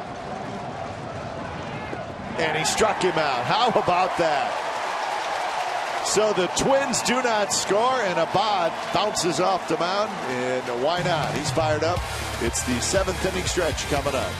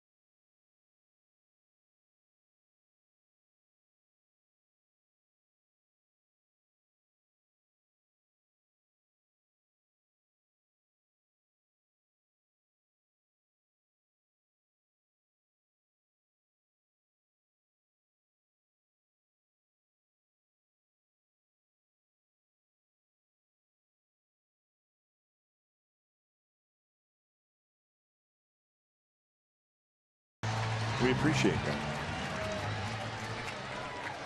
So Fernando Abad, little Houdini act. And the Twins do not score. First and third, one out, and they don't score. But I think you were absolutely correct when you said watch out for the bunt. But it was supposed to be a squeeze suicide, but I just don't think Nunez, man, this suicide, you're sprinting down the line. And Jaso almost threw too quickly, allowing Nunez maybe even to think about getting back, but got it all done. But it's like a hesitation by Nunez, and it was a suicide squeeze, but Donaldson had the ball enough time to not make another throw, so a Cox inning 2-5.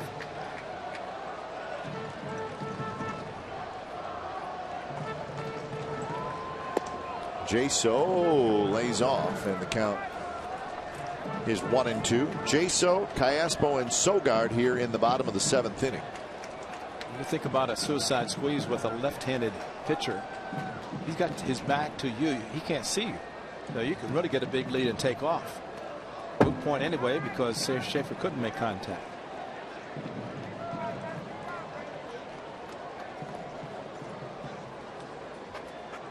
First and third, one out, and Fernando Abad gets out of it. So that continued success rate of not allowing an inherited run to score continues.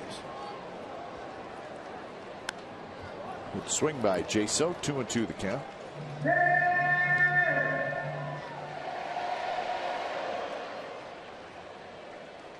Jaso has grounded out, and he has popped out. 0 for 2.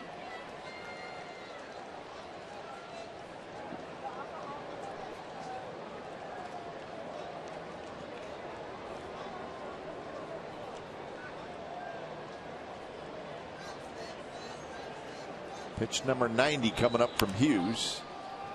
Foul territory. Nunez hustling over, and Nunez makes a very nice catch. Well, he had a long ways to go, and it was not a super high pop-up. So that's a heck of a play by Eduardo Nunez. I did not think he had a chance to get to the ball. But he sprinted, and that's the key. He did not do anything. Sprint straight to the ball, and no hesitation. And padded wall, able to stop himself there. You mentioned he was traded from the Yankees. He had no chance in New York to do that, because he'd take 4 steps and be hitting the rail. No foul territory at Yankee Stadium, but here a long run, and Jason probably can't believe that he's not still at the plate.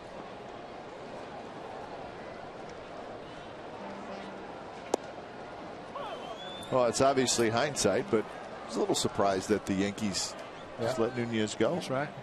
He played quite a bit for them when Derek Jeter was hurt last year. Well, the fact that he could play third since Alex Rodriguez is out for the season.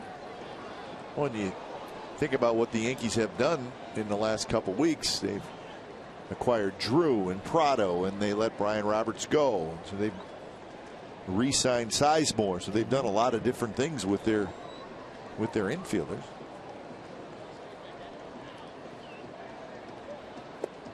Callaspo waves at it, and that's strike 3. 7 strikeouts for Phil Hughes.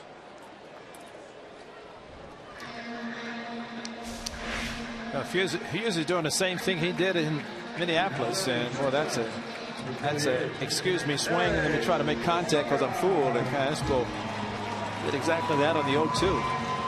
But Hughes gave up 4 hits and 4 runs in the first inning in his second start of the season. That was his start against the A's. The A's went the next 9 innings without getting 1 hit. Actually, that was it. They got 1 hit for the next 9 and won it on the 3-run home run. So Hughes settled down as he has done today. High to right field, but in the ballpark. Parmalee goes back. He's got it side retired. So Phil Hughes has retired 9 in a row. It's a 1-1 game after 7.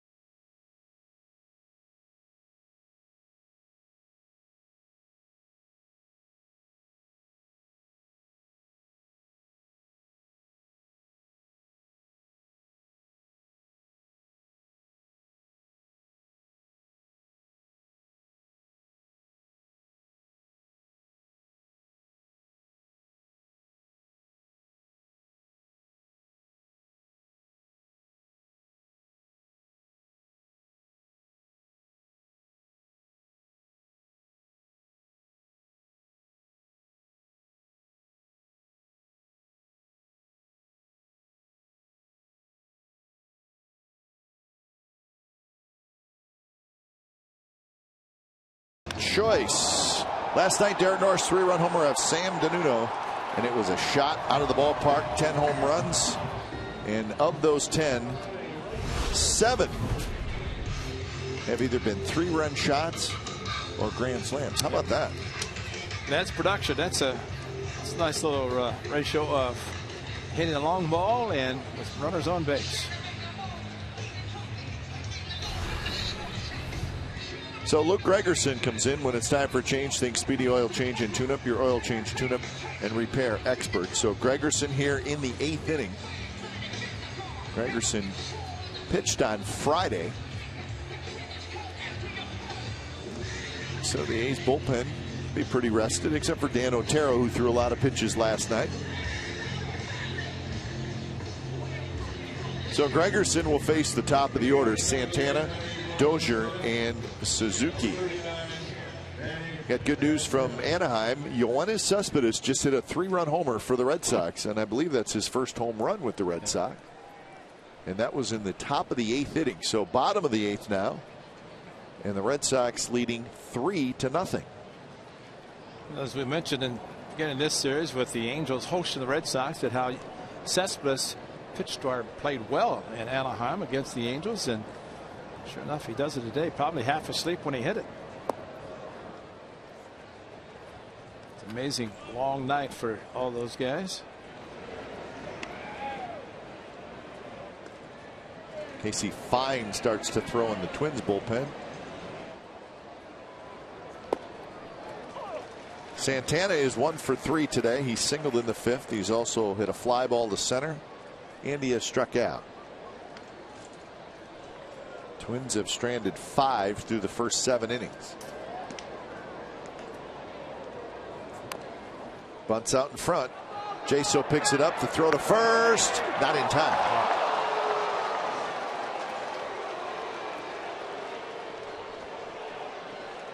Bob Melvin up out of the dugout. He'll give Chip Hale and Adam Roden a little time to converse over the phone. Well, Jaso made about as good a play as you can make, and he got the short stutter step at the first base, and clearly looks like he's got his foot on the bag before the ball is caught by a vote and confirmed. So the correct call made by Brian Gorman. Now the only better way to make that play from a catcher standpoint, and it's a tough play, but go straight at the ball, 360, try to pick up the first baseman, but see Jaso kind of circle around it, and that takes a little bit extra time.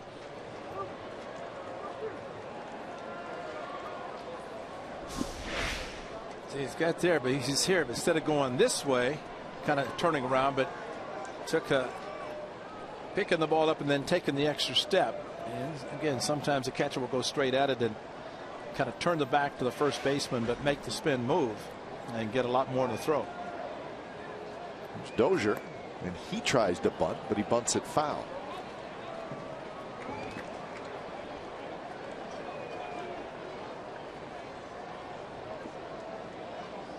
So 0-1. Dozier a homer, a strikeout, and a ground out.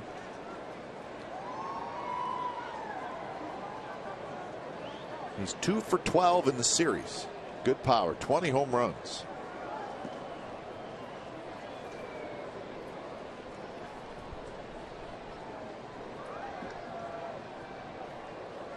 Santana runs, and the pitch is down and away, and no throw. Stolen base for Santana.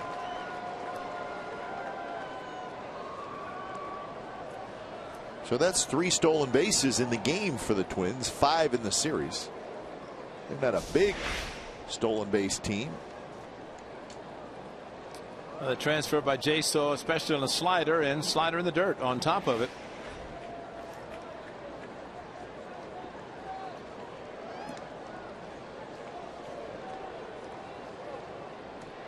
So now the go-ahead run is at second, nobody out.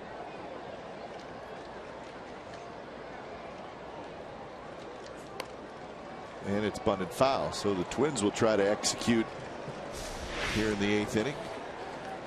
And again, Jaso having to backhand the slider. It was also in the dirt, and I don't know that he ever cleanly caught the ball. Had one earlier with the a breaking ball from Hamill that he backhanded and scooped and caught and threw.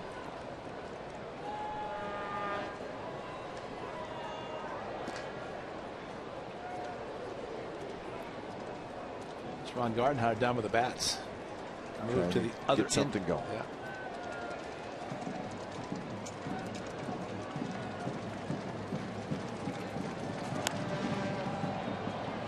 Sam Fuld in the right center.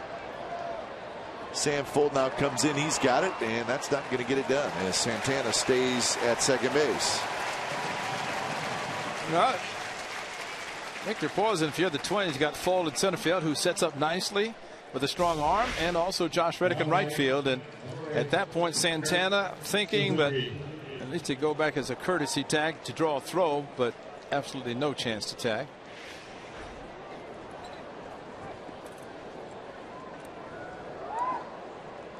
So that'll bring up Kurt Suzuki. Mike Trout has hit a solo home run, so the Angels are on the board. It's 3-1 now. Red Sox leading the Angels in the bottom of the 8th.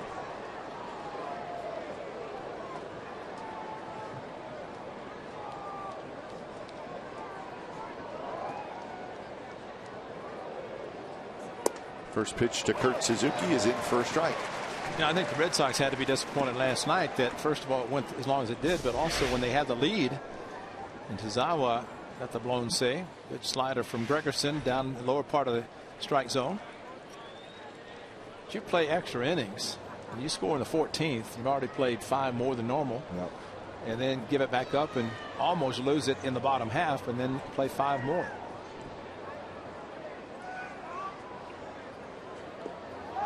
And that one away from Jaso, and so Santana is going to end up at third.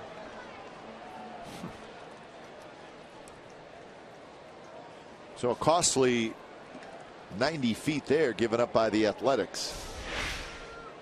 You know, those slide step, and again a ball that bounced about 4 feet in front of John Jaso, just could not get his body on the ball. That one scooted to his right again.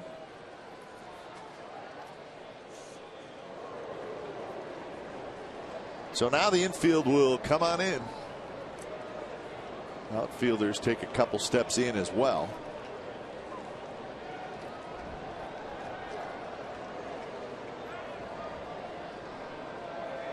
Santana came charging down the line just momentarily. That's because Gregerson's pitching out of the windup, and so he can come down and actually is trying to create a balk. And Gregerson quickly stepped off. We've seen it work. That's right. Once in a while. And you just take off immediately like you're going to steal, and all it takes is a little flinch from the pitcher, and that's a balk. Gregerson did step off. And Gregerson looking over there, keeping a close eye on him.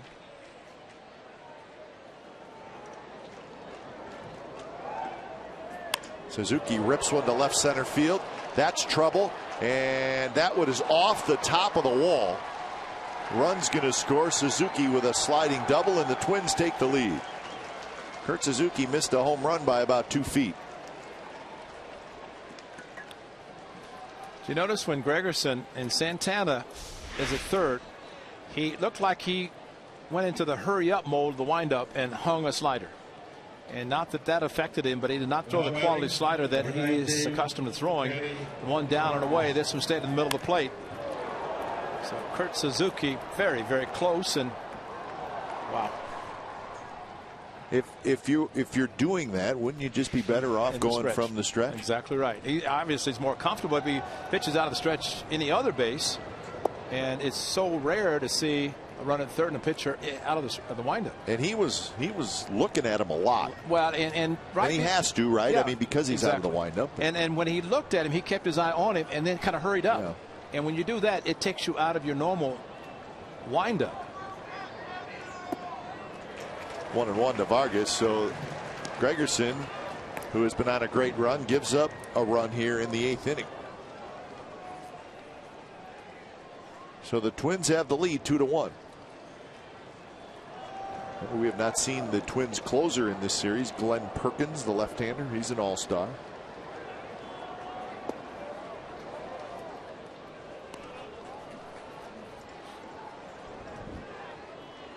So Suzuki gets his 47th RBI.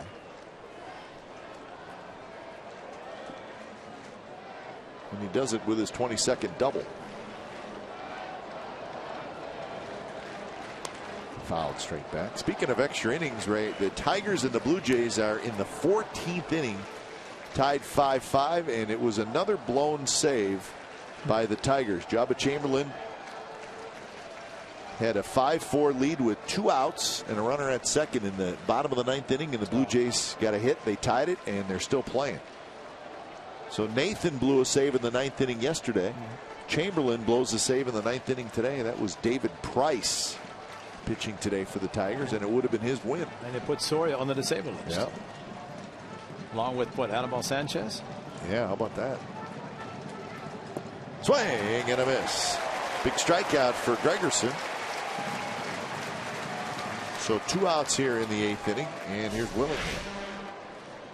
Well, another slider, not surprised there, and really kind of stayed up a little bit in the middle of the plate, but Vargas with the off speed, no contact.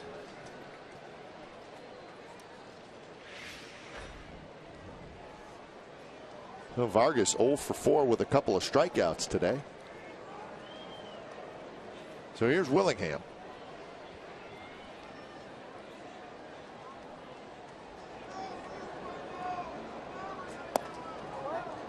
Just a bit outside. Anibal Sanchez, pectoral muscle strain, out 3 to 4 weeks, and Joaquim Soria, left oblique injury, out 2 to 3 weeks.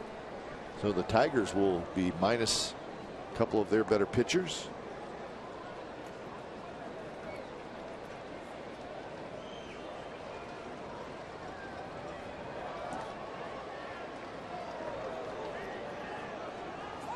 Willingham takes inside, 2-0. Speaking of injuries, you see where Tyler Skaggs, the young left-hander for the Angels, who had to leave a game just a couple days ago, maybe a week ago, with the flexor strain. Well, we find out today, Tommy John surgery. TJ for another, about 24, 25 now. So Tommy John got another one. Strike 2-1 to Willingham. So that's a big loss for the Angels. Pretty good young left-hander who missed some time earlier, and now Tommy John surgery. So and they reacquired him to bolster the pitching staff for the Diamondbacks. Mark Trumbo, power hitter. So you're not going to see Tyler Skaggs next year either. That's right. Good point. Willingham in the air to left. Moss back. He's at the wall, and that one is gone. Another hanger. So Willingham hurts the A's again. A 2-run shot, and it's now 4-1. The Twins lead.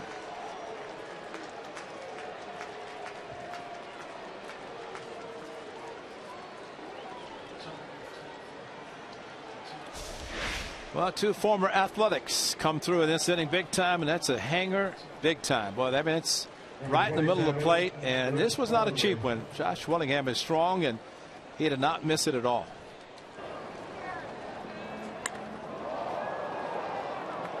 I don't think you needed an afternoon, sunny, warm day for that one to carry out.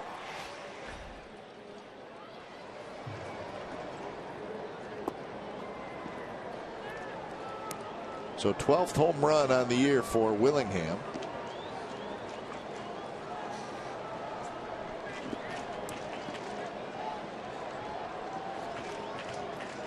So a couple of home runs today for the Twins. They did not hit any home runs in the first 3 games of the series.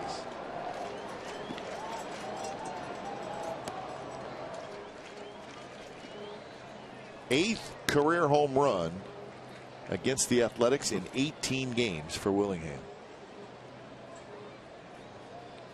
And it's all been pretty recent. I mean, he was in the National League before coming to the A's. This is just his 3rd year with the Twins. And of course, Tito, Brian Fuentes, one of the victims. Right. That was a costly one. Yeah.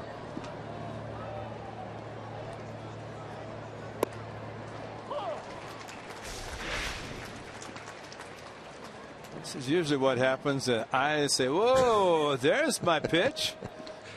And when you're that strong and you get a hanger, and I think we've all agreed that home runs come on mistake pitches, and that was a mistake.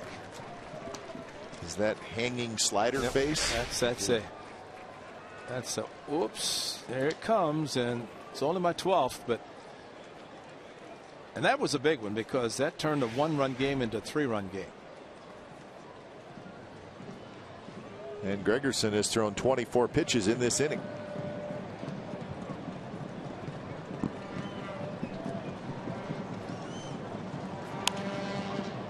Fold coming in now, stops, comes in a little bit more. He's got it side retired, but the Twins score 3 times against Gregerson, so bottom of the 8th coming up. 4-1 Minnesota.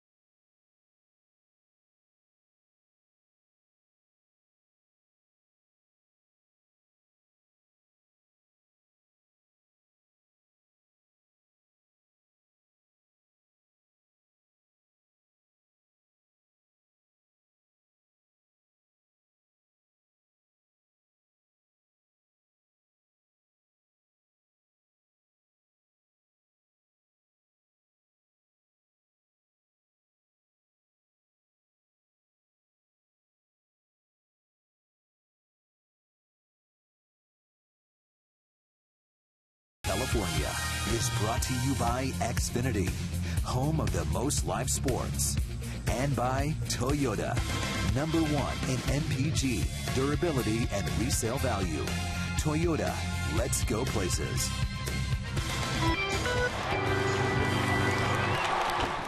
This game summary brought to you by your local Toyota dealers. 4-7-0 for the Twins, 1-4-1 for the Athletics. They scored their only run in the first inning on Stephen Vogt's 2-out RBI single. Hamill was good. He's going to get a no decision. Phil Hughes was very good. 7 innings, just the 1 run. So when it's time for change, think Speedy Oil Change and Tune-Up, your oil change, tune-up, and repair experts. Casey Fine comes in, the right-hander, so he's got the 8th inning for the Twins. 5-5 with a 2.92 ERA. The A's usually make it interesting. See if they can make it interesting this afternoon. Interesting being where they just don't give up. Chris Bolden Donaldson here in the 8th. Oko's 0 for 3. Pop out and a couple of fly balls to center field.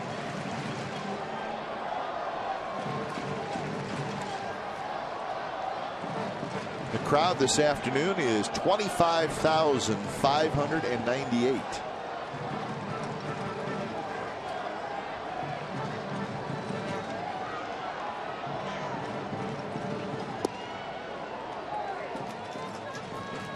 One and 2 the count. The Red Sox batting in the top of the 9th inning, leading 3-1 over the Angels.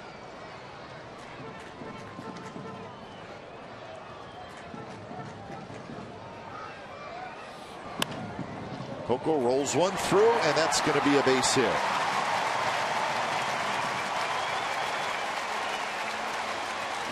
They didn't hit it real hard, but found a good spot. A sinker from Fine that kind of moved away from Coco, still out front to pull the ball. Watch this ball take off. They left it a little bit up. That's the difference of base hit in the hole instead of a base hit, or at least a ground ball to the second baseman. All right, see if the A's can keep it going as Fold steps in.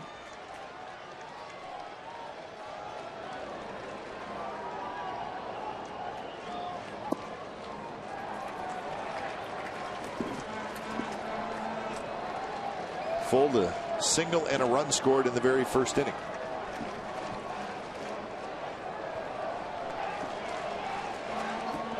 Nunez, the third baseman, in on the cut of the grass. There's a strike. Outfield shallow, especially Schaefer in left field.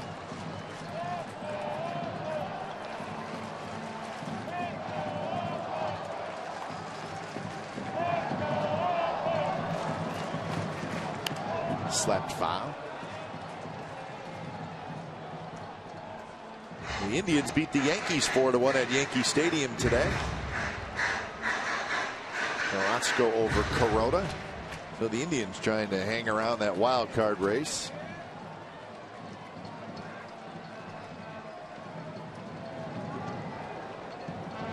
Cardinals beat the red hot Orioles today 8-3 in Baltimore. Well, the Cardinals salvaged the final game of that interleague series.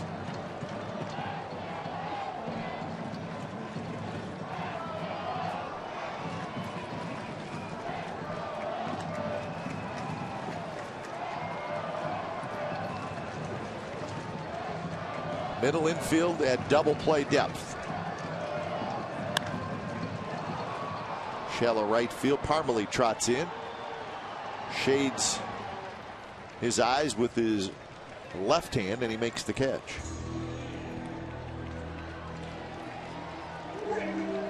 So one out here in the bottom of the 8th inning.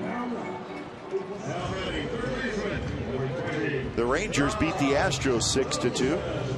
Home run for Adrian Beltre. Career home run number 393. Well, the Rangers they have not been able to beat the Astros lately, but they did today. Well, the one pitch is going to try to beat them tomorrow night. Former A's starter Tommy Milone. How about that, huh? His good call. Career that you mentioned, the career traded. They take the spot. Tommy Milone will join the Twins in Houston and start tomorrow night against Brad Peacock, another former Athletic.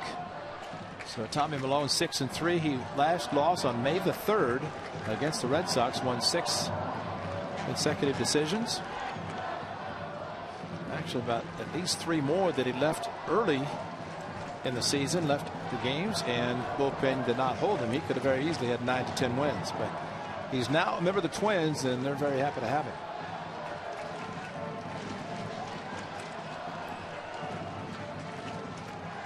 It's funny, Ray. Malone and Peacock were traded with each other for Gio Gonzalez. That's right. Norris was in that deal to Washington, or exactly. So now they'll square off with different teams. Yeah, Peacock made a start here and was sent down and taken out of the rotation, and the A's saw Houston in another series right after that, and he was not pitching in the rotation. Donaldson right center, and that's going to be a hit. Coco headed to third. He'll stop there, and the A's have first and third and 1 out.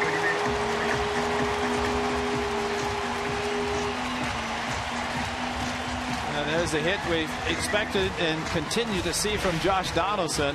A couple of strikes, to pitch up and a little bit away, and so he goes that direction and not trying to pull it, and into right center, and was not hit hard enough to get through to the outfield, but Coco read it, and once he read it dropping, he was running to third and actually thinking about scoring as he ran very hard, but Mike Gallego stopped him.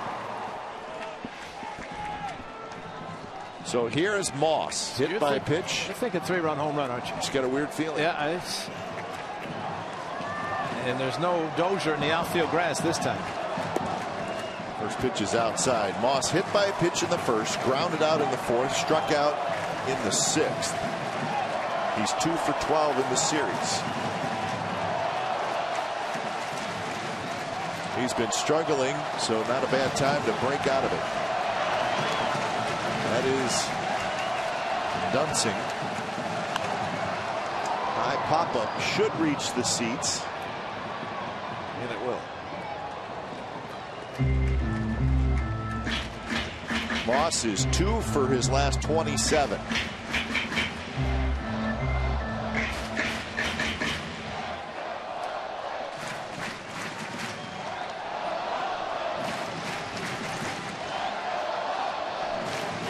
Chavez has been throwing. Now Doolittle gets up.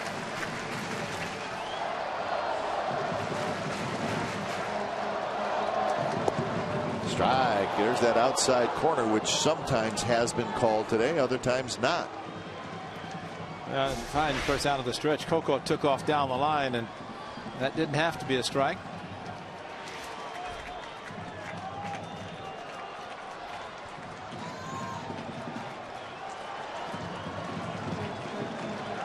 One-two pitch. One out there again. 2-2.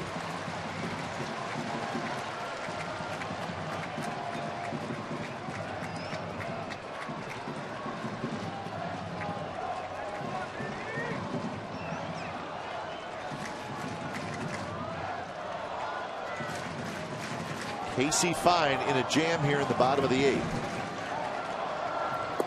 And a swing and a miss. So Moss strikes out for the second time.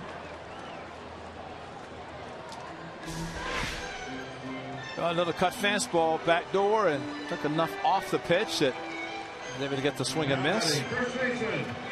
So Fine, the right-hander, is going to get to stay in and face another lefty. I wonder if he knows how hot Stephen Vogt is.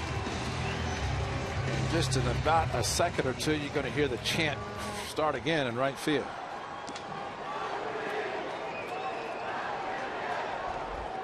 Can Vogt come up big again? Drives one to center. Santana, though, eases over into right center. He's got it. Side retired. A's threatened. Do not score. 9th inning coming up.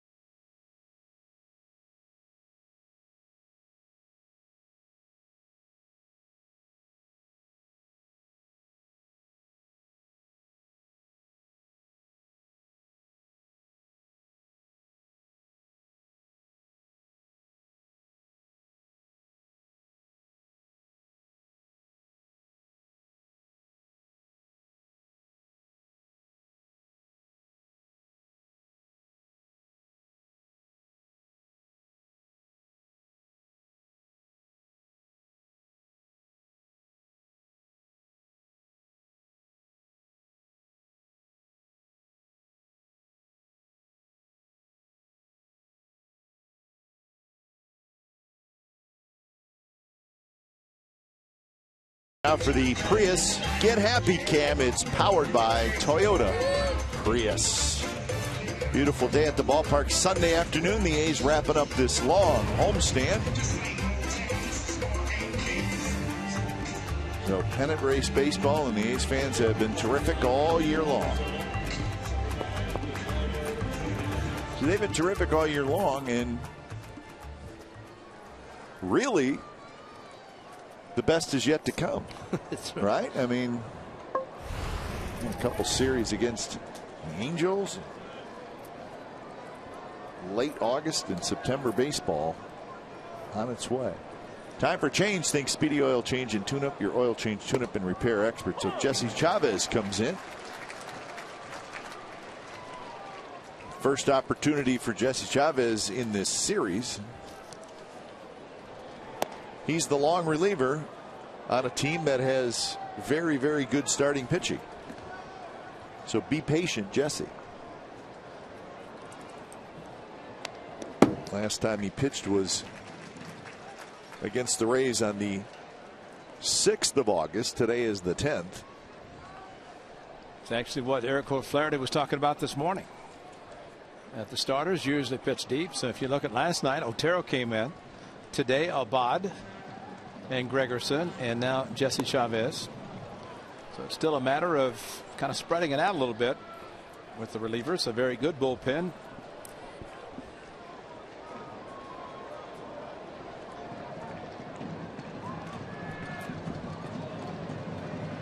Two to Eduardo Nunez. He fouls it straight back.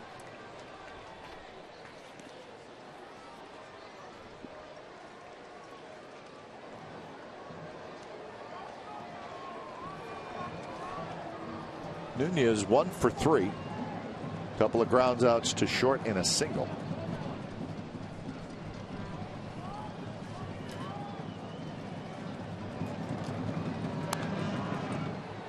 So the Royals ended up beating the Giants. They swept the Giants in that 3-game series. So when we get to Kansas City, Ray, we're going to see a team that has won 7 straight and 10 out of 11 overall. And they're a little scary now. Reddick backs up, and that's the first out. Time to log on to CSNCalifornia.com and decide to player of the game. Your vote counts. The winner will be revealed during A's postgame live. Follow the action on the diamond like never before with enhanced Bloomberg stats and more. A's in-game live on CSNCalifornia.com. Log on now and vote.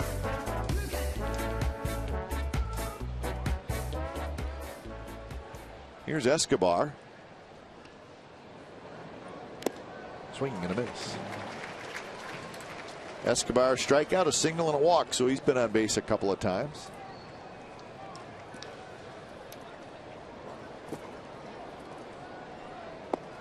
Good curve in for a strike.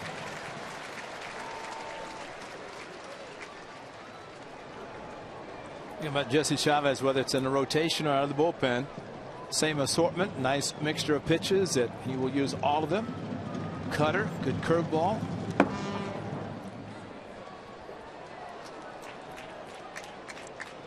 There's your crazy AL wild card with the Angels and the Royals holding the top 2 spots, and then is when it gets interesting. Mariners, Blue Jays, Yankees, all close. Indians on the fringe. So it's going to be fun. Mariners leading the White Sox 4-1 in the 8th inning.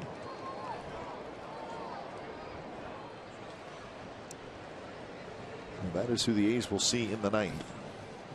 Glenn Perkins.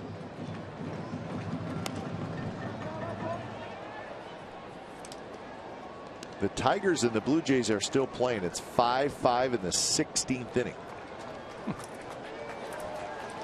All because of a blown save. All because, ain't that the truth? That's a good call. Another foul ball. It's final now from Anaheim. The Red Sox beat the Angels 3-1. Cespedes with the 3-run homer in the 7th inning. Is it the 7th inning or the 8th inning? Either way, that was the big hit. Top of the 8th inning, and he hit the home run. And it took them that long before they woke up at about 3:15 after probably not getting much sleep. I don't think there was probably no batting practice today in Anaheim. Well,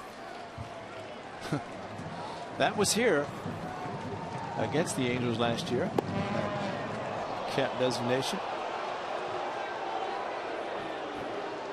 Close pitch, 2-2 the count. So the Angels will have off tomorrow, and they will host the Phillies Tuesday and Wednesday. That's just a short 2-game series.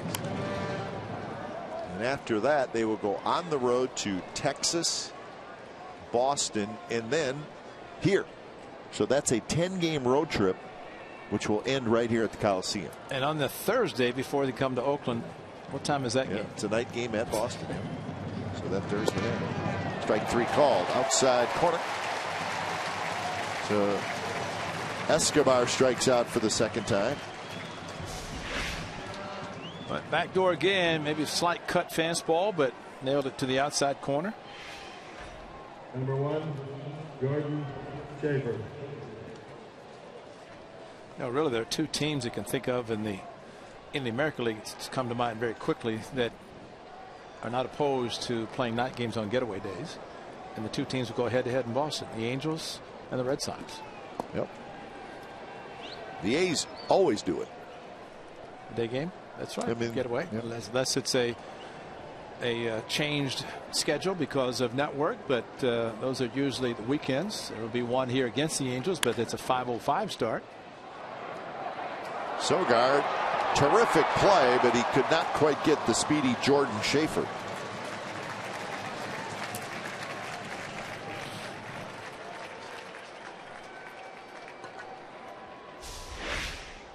Well, over the head of Chavez, and Sogard, just almost an impossibility, but he made the perfect throw. Actually, a very good throw to Stephen Vogt. But just no chance with the speed of Schaefer to throw him out. But well, you have to think anybody else got a pretty good chance. Was not safe by that much. And Schaefer is stolen base threat. He's already got one today. Ray, we should just remind A's fans, and then most of them know it, but the next two Sunday games have been moved to national TV. They'll be on ESPN. That's a week from tonight in Atlanta. Right. And then the next Sunday after that, it'll be that A's Angels home game right here at the Coliseum. That'll be a nationally televised game. So if you didn't know that, just remember the next two Sundays, again, they will be on Sunday night. So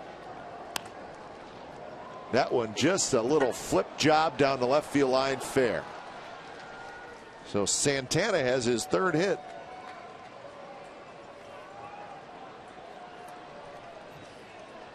So 2-out rally here for the Twins, trying to add on.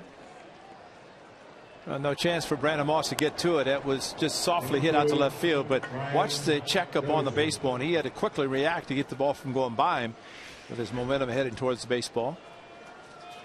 Yeah, those two Sundays, one goes from a 105 to 805 because it's East Coast, and of course this one in the 2 weeks will be 105 to the 505 because of the time change to East Coast prime time. Seagulls will not know what to do. No, here. They'll be out here up during batting practice looking for food because they think it's a day game, and I hope they're alert enough to get the schedule. So those two games now nationally televised. They will obviously come off our Comcast Sportsnet California schedule, but we have added two games. We will be televising September 3rd, Seattle, Wednesday day game right here at the Coliseum, and September 18th, a day game against the Rangers here at the Coliseum. So again, September 3rd and September 18th, originally not televised. They will both now be televised right here on Comcast Sportsnet California. So a few changes.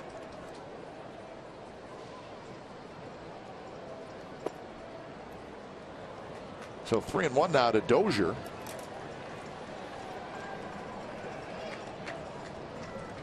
Well, two quick outs, then two hits, and all of a sudden a 3-1 to the power hitter Dozier, who's already hit one home run. And a walk. So Dozier lays off. And Kurt Suzuki's going to step up.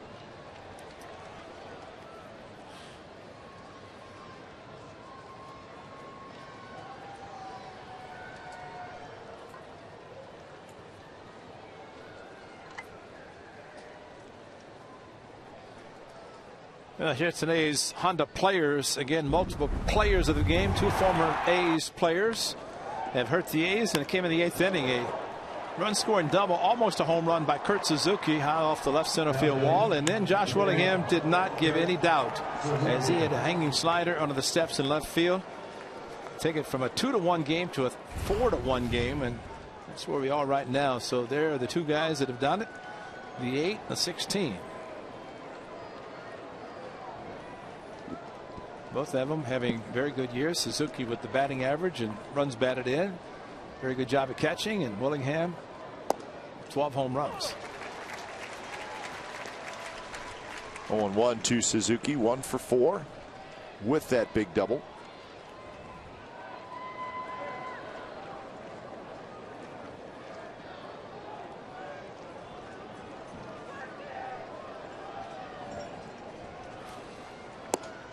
Strike 2 called on the outside corner. Kurt doesn't like it.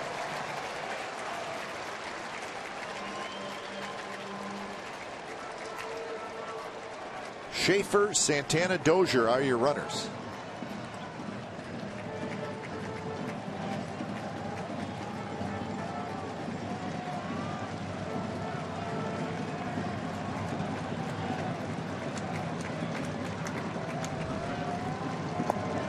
And that one just missed.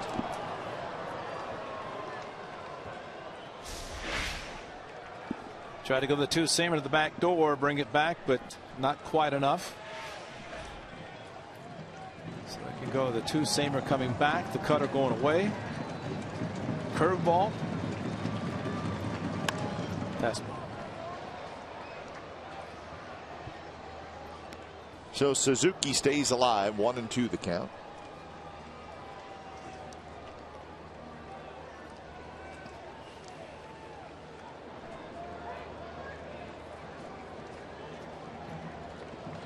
Mariners are in the ninth, leading the White Sox. Still 4-1 the score there. So Seattle trying to wrap that up. Circle changeup grip from Jesse Chavez. Slowly hit. Donaldson cannot field it. Run scores. Going for the transfer and could not get it done. So it's going to be a hit for Suzuki and another RBI for Kurt. Well, a couple of strikes playing back, and the only possibility was to backhand throw quickly. And he'd already gotten Kurt Suzuki once today, but this time could not make the transfer. Sure, he's also maybe thinking about Schaefer going down the line from third to home, but too much speed there. Just absolutely no chance to make the transfer. So Schaefer comes in to score to make it a 5-1 game. And that'll bring up Kenny Vargas, who is hitless today.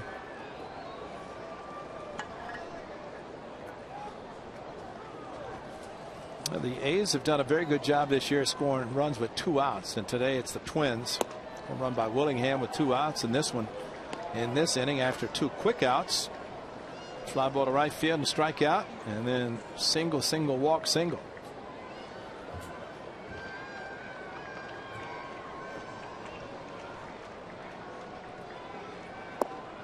Three and 0.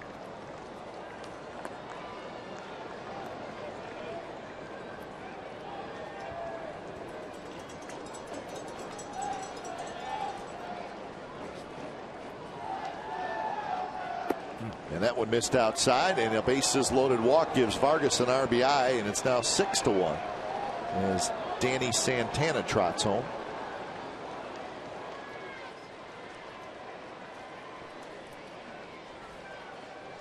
So Vargas gets his 8th RBI of the season.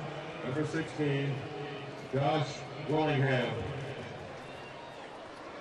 And now Willingham will hit with the bases loaded.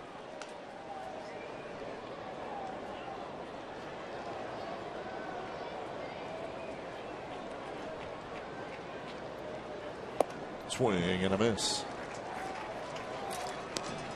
So 3 singles, 2 walks, and 2 runs for the Twins.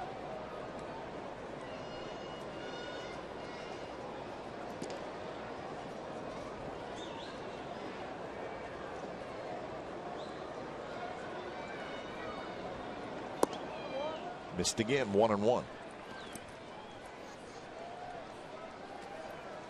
And Willingham with the 2-run homer in the 8th inning turned a 2-1 lead into a 4-1 lead. Strike on the inside corner. Willingham could not pull the trigger.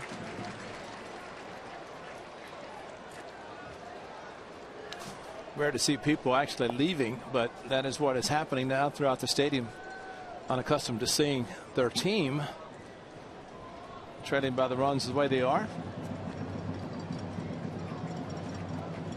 I think we're all a little surprised when we see a team scoring late the way the Twins have today against the A's. Something the A's. It's usually the other way around. Yeah. The question is, in bottom of the ninth, will it be over? Will we hear over? Got to play it. You always do. So that's why it's good to have the lead the ninth inning. Don't have to hear it. Yeah.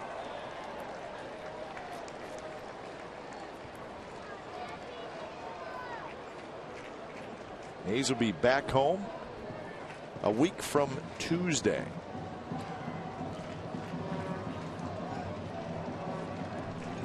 It's the 19th of August. Willingham, a little flare. Castro out. He grabs it, side retired. 2 insurance runs for the Twins. Bottom of the ninth coming up. It's the Twins 6 and the A's 1.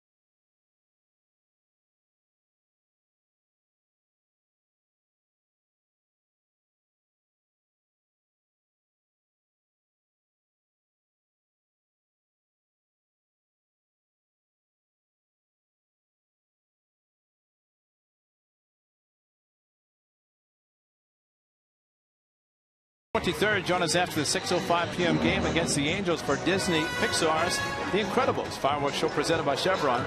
You can celebrate the blockbuster hit by watching the fireworks from the outfield grass, but as always, on-field capacity is limited. Get your tickets today at athletics.com/fireworks.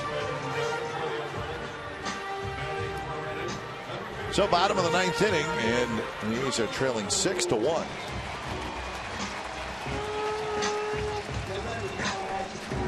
So Glenn Perkins comes in. He is the closer. He has not pitched in this series, so he's going to get an inning of work.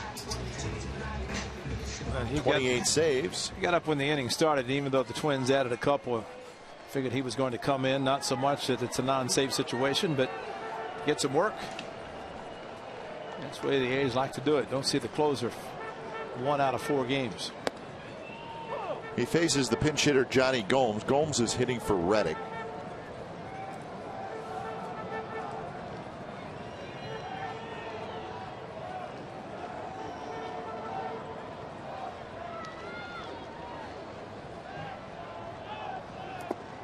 Perkins took over the closer's job in the middle of the 2012 season. Last year, 36 saves in his first year as the full-time closer.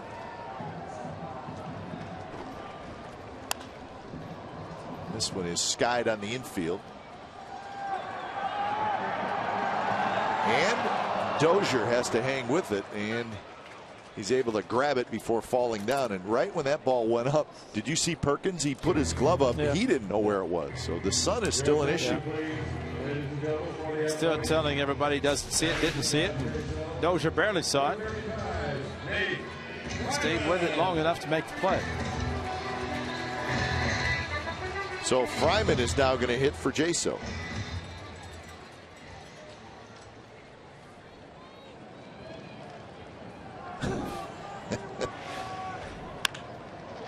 And Fryman, a shot, and what a play by Eduardo Nunez. Maybe the hardest ball hit today by the Athletics, and it was a pinch hitter, but Nunez made a terrific play. I always like to see these plays and always wonder to It's not a 5-run lead of those plays made. Dozier with the sun ball, and Nunez, a great play on the dive. Give them credit, but they're playing with house money now. 5-run lead. So that enabled defensive players to make the plays, but 5 runs the last 2 innings by the Twins put the A's in a big, big hole. So 2 away for Callaspo.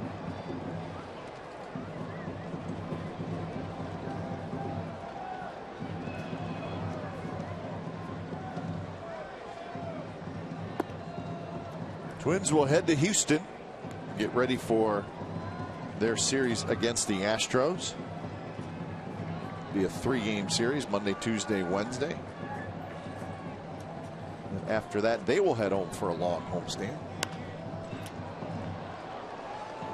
Vargas hustling out, but he's not going to be able to get there. A's know that the Angels lost today.